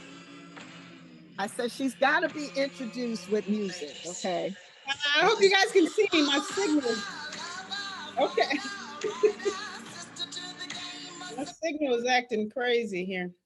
Yes. Can you guys see me, hear me? We can see you. Yes. Yes, we can see yeah, you. because We it can just hear said you. internet is unstable. I'm like, oh no. Yeah. Okay. So for the So, remaining speakers, Dr. Celicia, Adrian's going to do her presentation in 10 minutes. And then Dr. Anita, we're probably going to go over with Dr. Anita, but we need you to do yours in a shorter time too, just so that we can stay on track. So we're going to speed it up a little bit. And I apologize, but you know, I think the value here is phenomenal. So thank you. You're up, Dr. Celicia, with all of your fabulousness. Thank you so much. No problem. I will shorten mine because I have been getting full from everyone. Mary, and you guys are just awesome. Paisley, you know, everyone is, I'm full. So I'm going to talk about, I'm going to switch gears a little bit and get off of business, but my segment is called The Resilience Factor. And of course, it's named after my new book. Okay, shameless plug. And the reason why I wanted to talk about the resilience factor, because I feel like this is something we all have in common, our ability to be resilient. So when you think about what resilience is, it is the capacity to recover or bounce back from difficulties, tragedy, trauma, or adversities. And so that's kind of why I named my book, The Resilience Factor, How to Face Adversity, Tragedy, and Trauma Like a Superhero. And I consider myself Wonder Woman. So when she played the Wonder Woman, I was like, man, I should have picked that song. It's Wonder Woman. So I just want to kind of just share some things that I've learned. I've been in the music and entertainment business for 20 years. You guys can find my bio on drcelicia.com. Working with my sister, who's a singer, Selena Johnson, singer, songwriter, talk show host. And, you know, we've worked with so many people from Kanye West to Busta Rhymes, Fabulous, Leela James, Layla Hathaway. And over this last 20 years, I have suffered many, many setbacks, and I'm sure we all have. And I like to categorize them in four areas, right? Professional setbacks. And so I needed to rely on professional resilience, right? That's that ability to bounce back after a career derailment or some kind of damaging situation. I've lost business deals, you know, business deals that could have been prevented. I've dealt with personal setbacks. I too am a breast cancer survivor, not as long as Deborah, so I look up to her, okay? She's my shero. My battle was a little over a year, and so I'm, 1 year cancer-free. I was diagnosed in 2019 with stage 1 breast cancer, and so that required me to tap into my personal resilience, right? And that's that ability, your ability to bounce back after adversity. And for me, breast cancer in 2019 was a big shocker. 6 years prior to that, you know, in the middle of creating and launching a tour, I was 27 and a half weeks pregnant and suffered a stillbirth, right?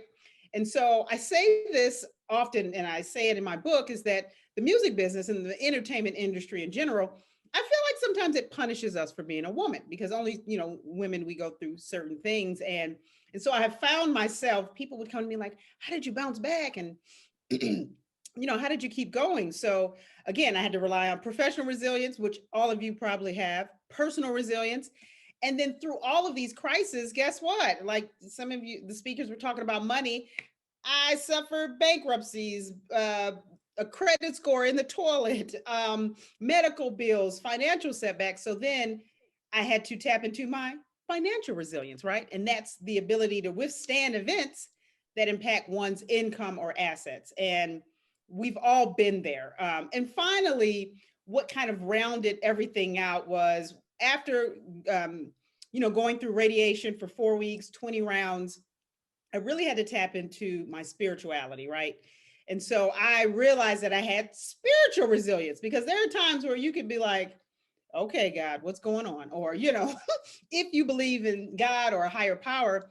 And so we often have spiritual resilience, right? And that ability to sustain oneself, tap into our inner faith, our sense of purpose, and push forward, right? So we always lose hope, especially ladies and gentlemen, you know, working in business, being entrepreneurs.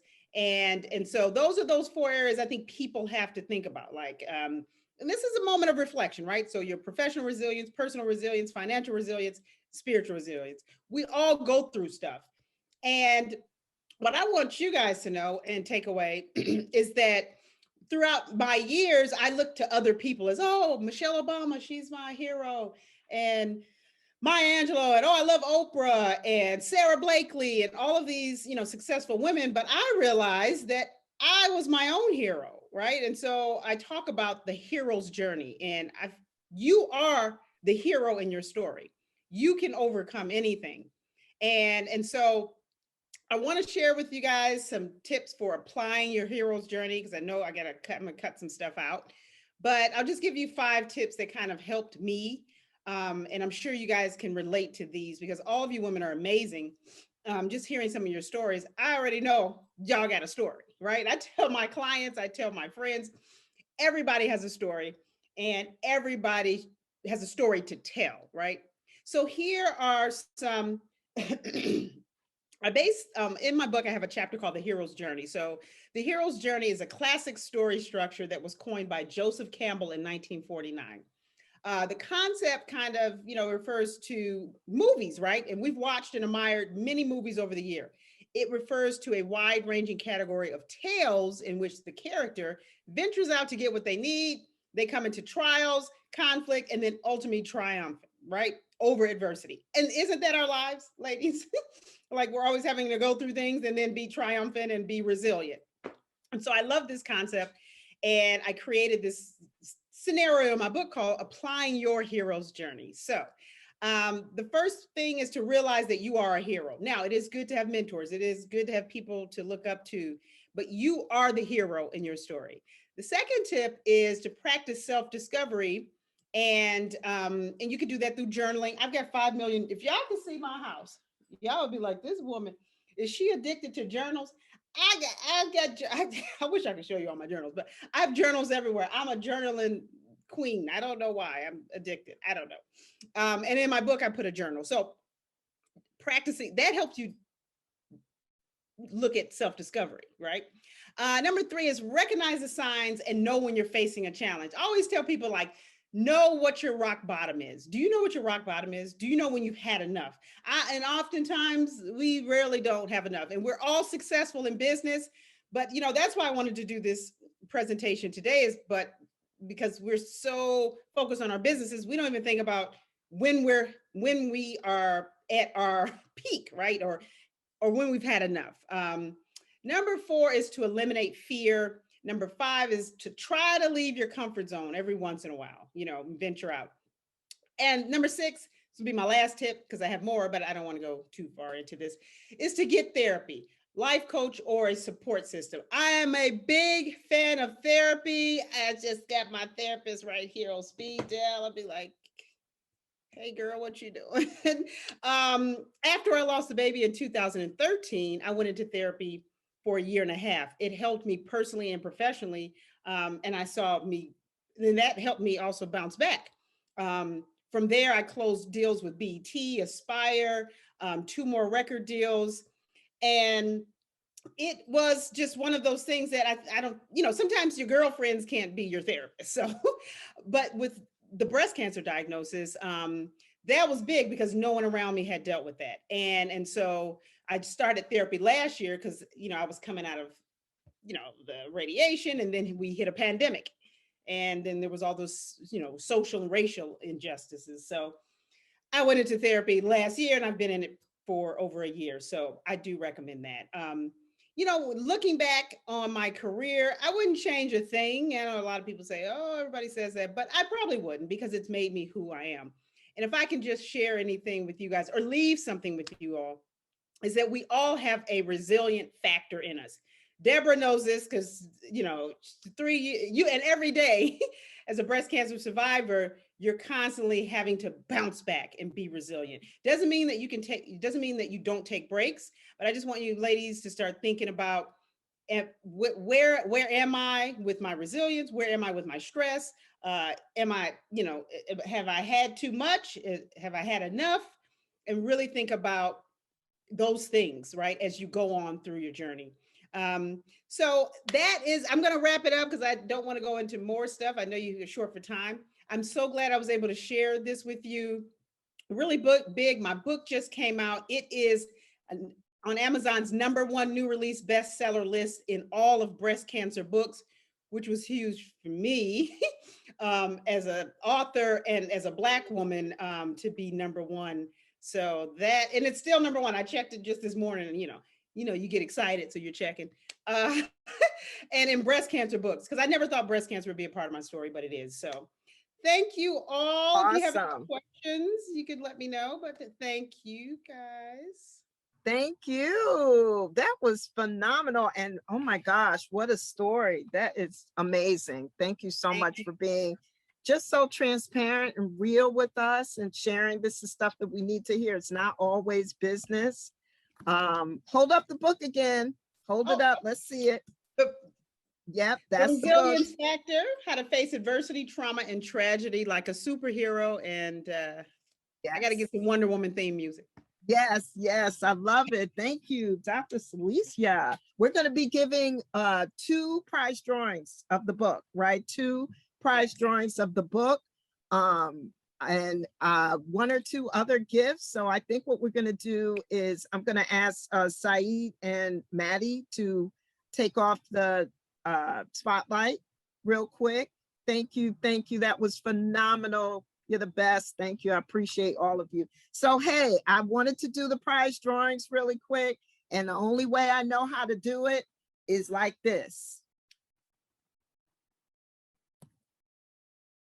Amparo. So she gets the book. Great. She gets one of Dr. Celicia's book. I'm going to do it again. Okay, here we go. I love it. That was great. Singrid. Where are you? Singrid. I'm here. I'm here. You got the you won one of Dr. Celicia's books. I know it's going to be phenomenal. So that's Amparo and Singrid. Thank you. Thank you so much. Yes. So 2 more. We got 2 more gifts to give away. I have 2 $25 Amazon gift certificates that I want to give away. Same thing. I'm going to go ahead and cover up. Oh, Maggie and Addison, how are you going to share that? $12.50 a piece? Are you going to just go in for coffee? I don't know, but yeah, I'll get it to you. So you won, and we got 1 more giveaway. Thank you. I couldn't find my mouse. Okay. Lauren, you won the other one. 2 $25 gift certificates. Thank you.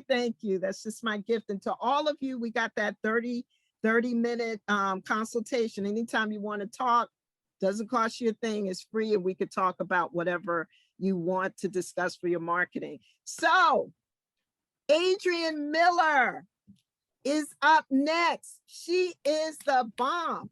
Awesome, Adrienne. Where's her theme music? Pipe it up. It's Bad Girl. What would you expect? That's the wrong one. It's supposed to be Bad Girl by Donna Summers. It's okay. I have You have Madonna. no I have time to Holiday by find me. Madonna. I'm so Oh, sorry. That was Mary's. No problem. No Sorry. problem. But Adrian, we need to spotlight Adrian. Adrian, thank you for being patient. I know we're off a little bit with the time, but the value we hope was good. But you are spotlighted now. I'm going to let you introduce yourself. I will. Can you give me control of my PowerPoint? Yeah, I think I could do that. Let me go ahead and pull it up for you right now. Awesome. I will do that. Just give me a second. Here she is. So while she's doing that, Adrian Miller, sales trainer, consultant, decades of experience working with small businesses, large businesses, and everything in between, author of 2 books on sales, and everything to do with how to win more new business, get more new clients, as well as grow your existing clients. And, all right. Oh, okay. Let me make my view options a little bit bigger. And so I'm going to give you remote control. Yeah. Okay. I promise, guys, I'll go really, really quickly. Yep. And awesome. Okay, here we go. All right. So I've heard the word stress a couple of times during this program. So I'm going to focus in on sales real quickly now. And I don't care what business you're in, what do all of us want? We want increased sales revenue from existing clients. We want more new accounts. We want to enhance our creativity and passion for business development and prospecting, because prospecting is tough. And we want to be better able to overcome objections, hesitancies, and obstacles. So here's how we're going to do that. First thing, 5 tips. If you can't nail this, when people are talking to you about your business, you are absolutely going to get less business. And that is what makes you different and why should anyone care? What are the core improvements that are offered by your product or service? And they're really simple. I can take everybody's business and circle them around these. You either help people save or make money, save time. You give people peace of mind or convenience or confidence or status or health. And I can make this sound as sexy as you want, or I could keep it as simple as it is. But when we're talking about sales, we're talking about real speak. And if you tell somebody you have something that can save them time, I don't know about you, I'm super busy. I'm there. I'm probably buying it. I'm going to the store that's closest to me because it'll help me save time. I have no idea what's going on here. I'm not even moving this stuff. So sorry, that was me. Okay. It's back. Okay. It's back. Yeah. Thank you. All right. So remember, it has to equal an improvement in your customer situation. Deborah, I cannot move it at all. One of the best sentences you can use when selling is, what makes us different? Okay. You can get ballsy and you can say what we are best at, what makes us best in this sea of sameness, in this crazy busy world we have. So that was point number 1. What makes you different and why should anyone care? Meaning, what are the improvements you do? Second thing is staying on the grid. You're going to meet a lot of people today. You're going to meet people at all the networking things you go to, whether they're in person or Zoom, and you're connecting. But unless somebody's buying from you today, if you don't stay on the grid, they're absolutely not going to remember who you are. So you stay on the grid with the 3 I's. It made it very easy so you remember this. The first is introductions. Introductions are our currency. So if after this call, I introduce some of the people who are in my networking community, and there's a meeting we had when we had in-person meetings, we have 400 people. So there's lots of people for me to choose from. And if I make proactively an introduction for you, you are going to remember me, aren't you? If I send you an email or I make a phone call and I'm known for putting people together proactively, you are going to remember me, and therefore you're going to think of me when your business opportunities can match my competencies and my business. The next one is invitations. Oh man, Deborah made it so easy for all of us to forward invitations to this event today. So share invitations that you get. It's a win-win-win. It's a win for you. It's a win for the person throwing the event. And it's also a win for the person you're sending it to, because they're going to derive value from being there. Last one is information. Remember, this is for you to stay on someone's radar screen. Sharing information, sharing great TED Talks, sharing the link to Dr. Salicia's book, sharing information that is relevant to the people who you're sending it out to, whether it's their business or their personal lives. Remember, we're a combination of both. And you do this as part of your DNA. Every day, you will be touching certain segments of your database. And this way, using the 3 I's, is an awesome way to do it. You can be repurposing things that people send to you. You don't have to drive yourself crazy, always thinking about and developing new stuff. Don't ever touch base. Don't ever check in. Don't ever have nothing to say, because you are going to prompt them to delete your emails and ignore your calls. And of course, I'm being very bold and straightforward here. Don't. Of course you can touch base, but you can't do it with every contact. Of course you can check in. The key is, this is the one thing you should take away here, add value to the relationship even before there's a relationship. So they won't ignore you, so they won't forget you, so they won't think you are a waste of time. So add value on every touch point, be viewed as a thought leader, subject matter expert, knowledge provider, mix it up and connect in various ways, just like Deborah was talking about mixing it up on LinkedIn. Be persistent and make sure you create a win-win for the client, the prospect, and for you.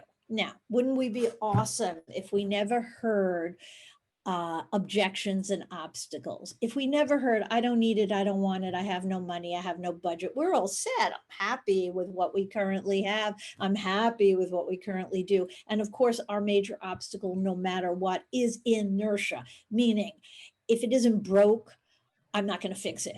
It means I'm going to sit on my butt. I'm not going to make any changes. And obviously, sometimes the changes are forced on us. The year of COVID, none of us expected it, but we sometimes just fall into status quo.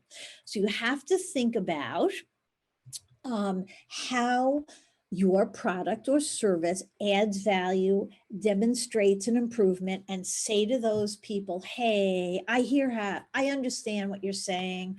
I hear you. I have clients who said the same thing when I started talking to them. What they found is, and then there's your point of differentiation, your value statement, your improvement. Okay, point number 4, probing. It blows my mind when people try to sell me things and they don't ask for my circumstances. Like someone's trying to sell me a copier, like I have 4,000 people in my office making copies. Hence, the copier has to be very robust, as opposed to it just being me. And I have a very simple little piece of machinery. So ask questions to clarify the sales situation, and ask questions that gives you that valuable information that tells you what you should be presenting. If you ask the right questions, you will know exactly what to sell, how to sell it, how much you can charge for it, who's your competition, and what's actually the application they're going to use your product and service against, okay? And once you know that, it is so much easier to close the sale. You're laying the foundation to close. For me, if you find out all the information, they're going to close themselves, assuming you're talking to the right people, of course.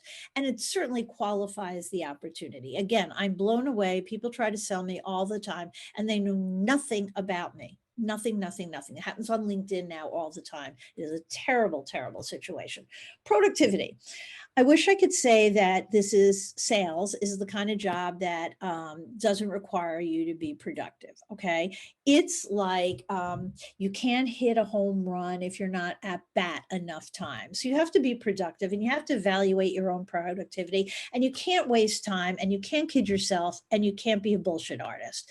You have to know what you can accomplish, what you do accomplish. And I believe a nice old CRM can help you immeasurably. Before CRMs, we just used graph paper. Before Excel, we kept card box. I mean, there's a lot of things you can do to measure what you're doing, but luckily we live in an age where this is all automated. So you want to know how many conversations you have with customers and prospects, and how many emails you send, and how many incoming calls or emails may come to you because of your marketing endeavors. And you want to know how many engagements you have that can help you win short or long-term business. You shouldn't be operating in the dark.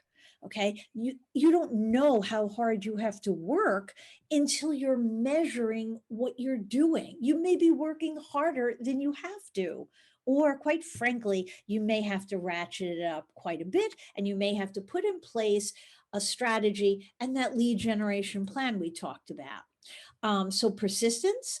You can't lose what you don't have. You absolutely can. That's, you don't have it. Don't worry about making a phone call or sending them another email.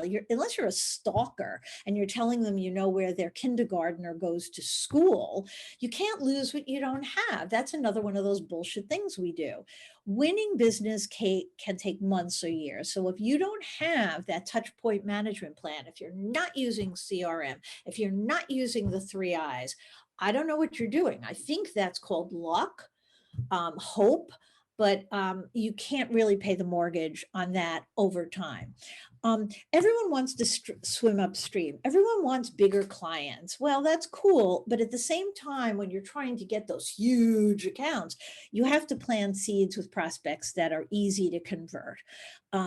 You will earn your fair share of larger client business if that's what you want, but you can't ignore the small and mid-sized companies, because typically you'll be talking to the decision maker through the selling process, as opposed to large companies where you're not getting close to those people, and you've got some influencer who may not really be an influencer. You get all these intermediaries and all this bureaucracy to have to go through. So climbing up from now and beyond, those are real steps. That's Old Town Dubrovnik. If anyone was there, that is not me. It happened to be the woman climbing up in front of me, and I'm glad she was walking slow, because it was 190 steps to my room. Set personal objectives and goals, and really make them as specific as possible. Get rid of all the head trash that you can't do it. You don't have the skills, you haven't done this, you haven't done that. It's all in your head, because everything that you don't have, you can get. You don't have the skills, there's all sorts of consultants, TED Talks, videos, books, et cetera, to help you accomplish what you need to accomplish. Measure your progress daily. Okay, because if you don't do something today, you want to know that you have to do it tomorrow. Re-engineer if need be. Sometimes we set goals that are way too aggressive. Re-engineer daily tasks that need to be done, because sometimes you may find your daily tasks take 15 hours, and that's obviously not going to work. Continue to measure, continue to evaluate. That's not a one-time thing. Don't settle for anything less than excellence. Just don't. I mean, you may fall behind a little bit, but don't settle for it. Don't allow negativity to get in the way of your progress. Celebrate your success.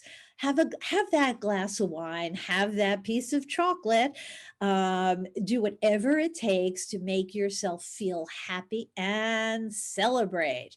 And there I am. Awesome. Phone number, a couple of email addresses or websites. Excuse me, I have 2 others. We're not going to waste the time with them because we don't have any time. But this was very fast. I fell in exactly at 2 o'clock. And if you have a question for me, you just email it to me and I promise to answer. Thank you. Yes. Thank you, Adrian. Oh my God, that's like the fastest you've ever done. I've ever seen you do. But thank you. It was awesome, awesome, awesome. I hope everybody's kind of dropped in some things in the chat. That's great. Adrian, it was wonderful. Thank you. Thank you. Thank you. Yes, I gotta go. appreciate it. I know you gotta go. Thank you so much. I love you. And You're a rock star. yes, everybody's been great. We cannot, please, anybody who can stay on and listen to Dr. Anita, please, please, please stay with us, because I know she's going to share some awesome information about writing that book. And I have been waiting to hear from her, because I have a book inside of me that I need to write. And so I want whoever can stay on with us, please stay and listen to Dr. Anita. And so thank you so much. And I know people have to roll off. I'm glad I did the prize giveaways. Dr. Anita, are you unmuted now? I am unmuted and ready to go. Can you see? Okay, I got you spotlighted now. Are you going to share my screen, or am I going you want to me to share your? I can. I just know we're going to have to speed through it, but I'm happy to do that. Yeah, I think it may look better. So I like to look at everybody's gorgeous face. Yeah, well, I mean, it's up to great. you. If not, that's totally fine. If you hear any noise, that I think I have an access to it, so they get it. Okay. Yeah, I'm about to present it and give you control. Okay, perfect. So I'm about to do that right now. Hi, all of you amazing queens. I'm so excited and honored to be here. I hope that what I share with you today will really support you in making a decision to become a published author. If there's ever a time for you to get your message out to the world, particularly all of you women, now is the time to do it. Now is the time to really take your message to a whole nother level by writing your book so that you can become top of mind and actually be sought after to speak on all types of platforms and stages. I've been very, very blessed to have spoken on all kinds of platforms, podcasts, TV shows. I've had my own TV show. I've had my own TV channel. We're now working on our own TV network. I've done several magazines. I have several books underneath my name. You can go to my website. It's my name, dranitaMjackson.com. You can find out a lot about me there. I have a background as a marriage and family therapist. So when Dr. Salisa was, I hope I said your name right. If I didn't, please forgive me. When she said she loves therapy, I'm like, yes, because most people don't like therapists. I'm a therapist. I'm an organizational psychologist, which is on the business side. And I literally fell into the entrepreneurial world when I got laid off, and how I fell into the publishing world is I was invited to submit a chapter to one book. Loved that process so much, I decided to do my own book with a publisher. Hated that process so much and said, if that's all it takes to become a publisher, I can do this myself. And so the next thing I know, I stepped into the publishing world and discovered that so many individuals who write their books just didn't have enough wisdom or training or resources on how to use their book to actually take their brand, their message, and their business to the next level. So in a short period of time, there's so much that you really need to understand about the publishing industry that I'm not going to be able to give it a lot of justice today, but I do want to give you at least 1, 2, 3, or 5 key areas I want you to pay attention to. I believe, Deborah, will you send my PowerPoint presentation to everybody so they have it at least? Yes, absolutely. Everybody's presentation is going to be in the virtual goodie bag. Yeah, everybody will have it. Perfect.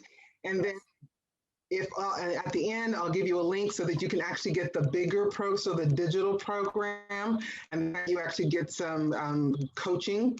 So for those of you who are ready to get your book done, I've got the resources to help you do it. So am I in control of it? Let's see if I am. You can control it. Mm-hmm. I'm going to go ahead fast. So just because I want to focus on a few things, it's a little slow on my side. I could go through it if it's easier. Yeah, it seems like it's taking a long time to change. Yeah. Keep going. All right. Let me know when where you want me to stop.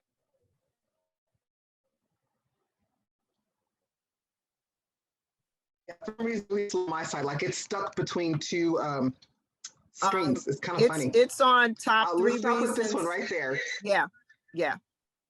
Yeah, Okay. let's leave it there for right now. So I think all of you know this. You already know that having a book underneath your name as a part of your brand is going to give you validation, credibility, more exposure and opportunities. I can't see the third one there, but you want that. So let's go on to the next slide. You know what? Because the slide seems like it's going really slow, just put it back on me because I can talk about it from my heart with my eyes. Okay, got it. All right. So you know it's going to give you validation, credibility, and brand recognition and exposure. That's something you really want. If you're striving to become a keynote speaker, if you're wanting to get national recognition, having several books under your name is really going to support you powerfully. So here are a few things I want you to pay attention to. Think of your book exactly like your strategic plan for your business. I've been in the publishing industry for 7 years, and almost every single author rarely has a clear plan for what they want the book to be about and what they want to accomplish with their book. So if your dream and goal with your book is to become a keynote speaker, or you want to get on various TV shows, then you've got to create a strategic plan that supports that book. So create a strategic plan and focus on staying top of mind. What that looks like in the publishing world, you're creating an ebook every 4 months, or you're creating an actual book every 6 months, so 2 a year, and an ebook 1 every quarter. That's going to help you stay top of mind because you're releasing your new content on a regular basis. Does that make sense? The other thing that's really important, like your strategic plan, really be clear about your ideal reader. What do you want your reader to experience when they read your book? Ultimately, what you want is you want them to read your book and have them so pulled by your story that they automatically go to your website and they get your lead generation, your free gift, your other free gift.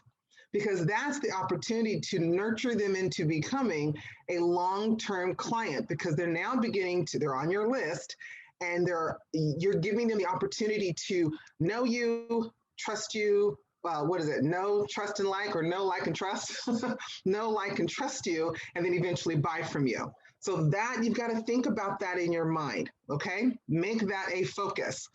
And then the ultimate thing you also want to do is not only have them join your list, but you want them to join your Facebook group or whatever group you have, whether it's on Facebook or on LinkedIn. You want them to stay connected to you. Because remember, marketing says you've got to touch them 7 to 14 times. Best way to do it is have them be so pulled by your story. They want to stay on your email list. They want to be in your group, and they want to continue to hear from you so they can continue to buy whatever opportunities you're offering for them. Okay, the other thing that's important about your book is kind of deciding what type of book you're going to write. And right now, novelettes are the best books, okay?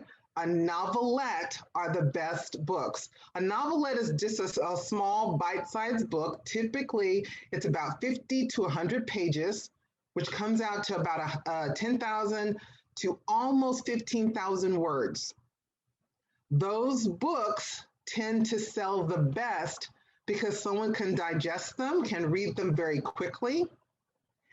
And then you want to set the intention that they not only read your book, but they share your book with someone else, either as a gift, they pass it forward, or they recommend it as a gift, or whatever the situation may be. Does that make sense so far?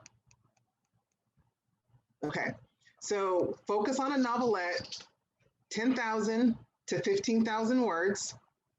which is going to give you between 9 times out of 10, that's going to land you really around that 70-page mark to 100.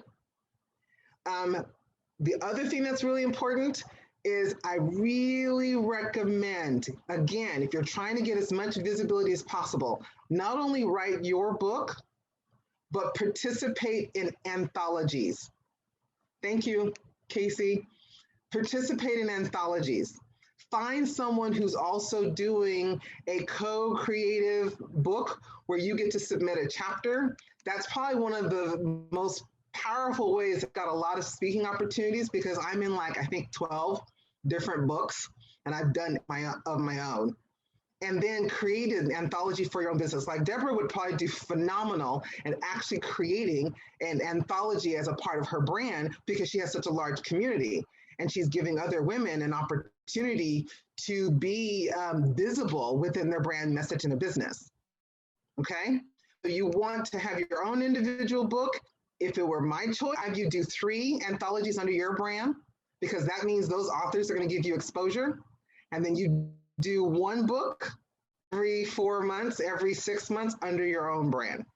Best way to get as much visibility and to build your email list. Okay? The other thing that's important, if you're going to write your book, come up with your scheduled release date. 9 times out of 10, very few authors actually have a date and when they want to write the book. And what happens is they'll say, I have a book and I've been focusing on it for 5, 10, 15, 20 years. And it's because they never set a complete intention or schedule a date for that book to come out.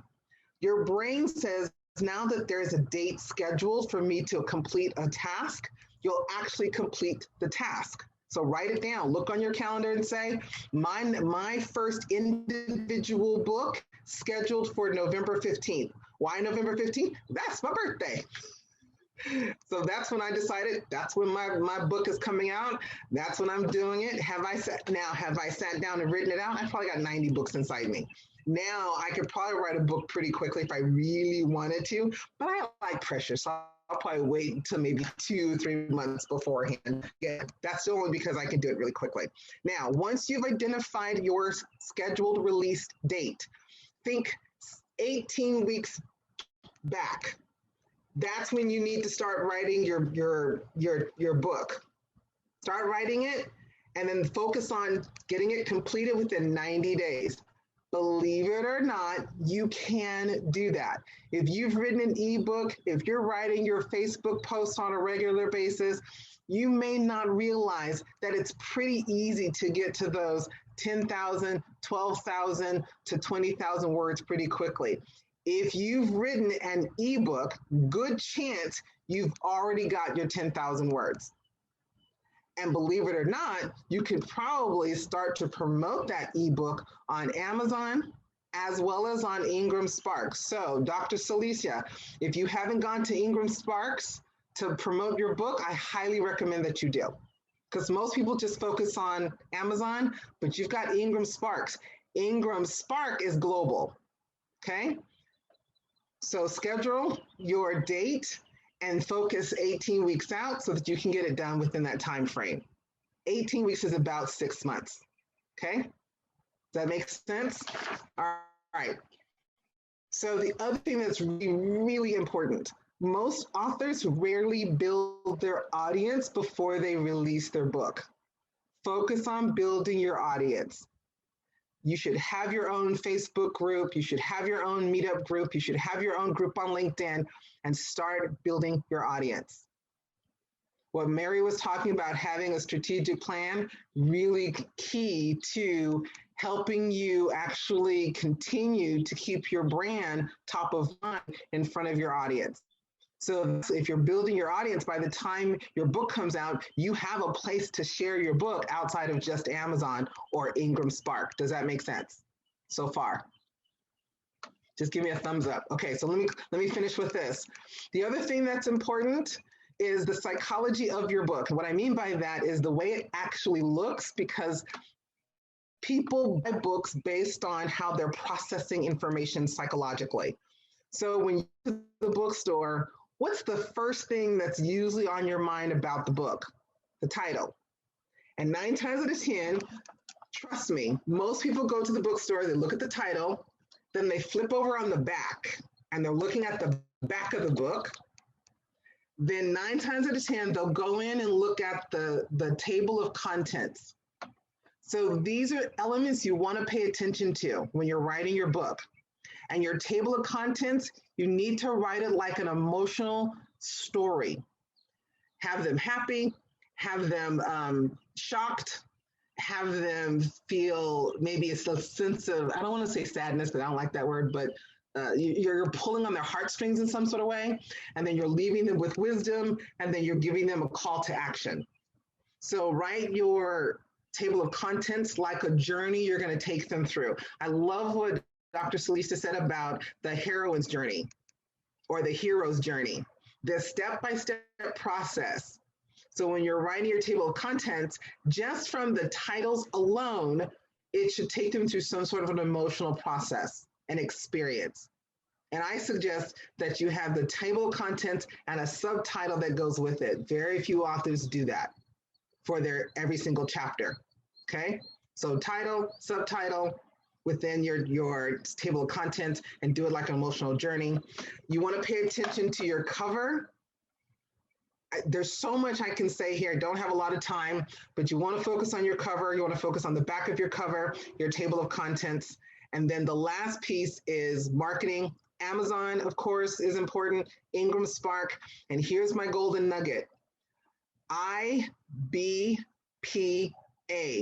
Independent Book Publishing Association. There are several associations out there in the world to help you get more marketing for your book that very few authors use.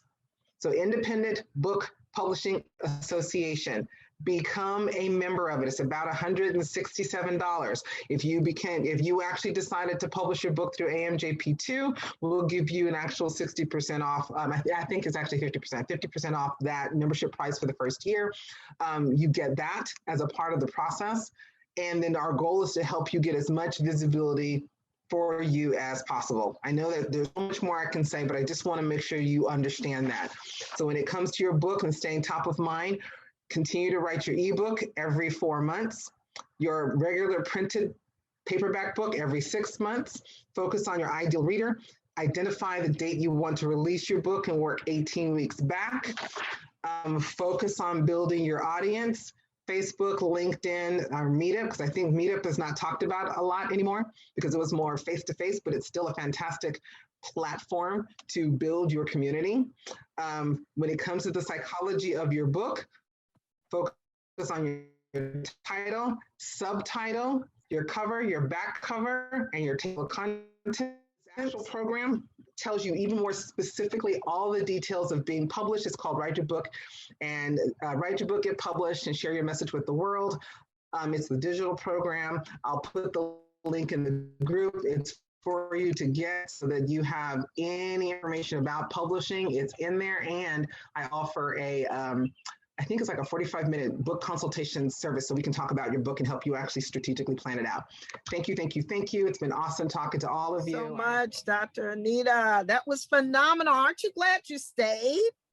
I would have missed that. Oh my goodness, thank you. That was unbelievable. I learned so much.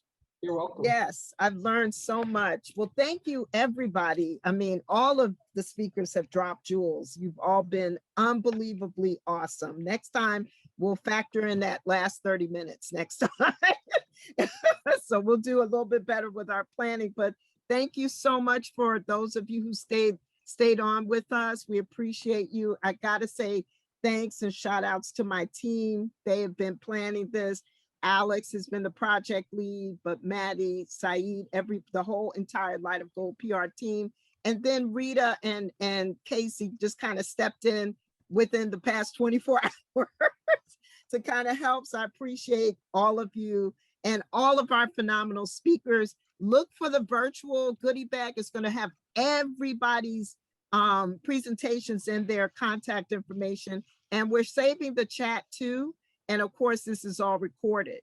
And so please contact each other, network, let's call each other, let's email each other, set up those meetings. You got 1 to 2 weeks to do that. Okay, let's make it happen and let's contact and reach out to everybody. All right. Thank you so much. Have a wonderful day. Thanks for coming. I appreciate all of you. Thank you, Deborah. Goodbye, everybody. Bye, everybody. Deborah, Thank you're you, thank amazing. you. Thank you. All of you were great. Thank you, Maggie and Addison, for staying. I appreciate you. Take care. Hey, Singrid, take care.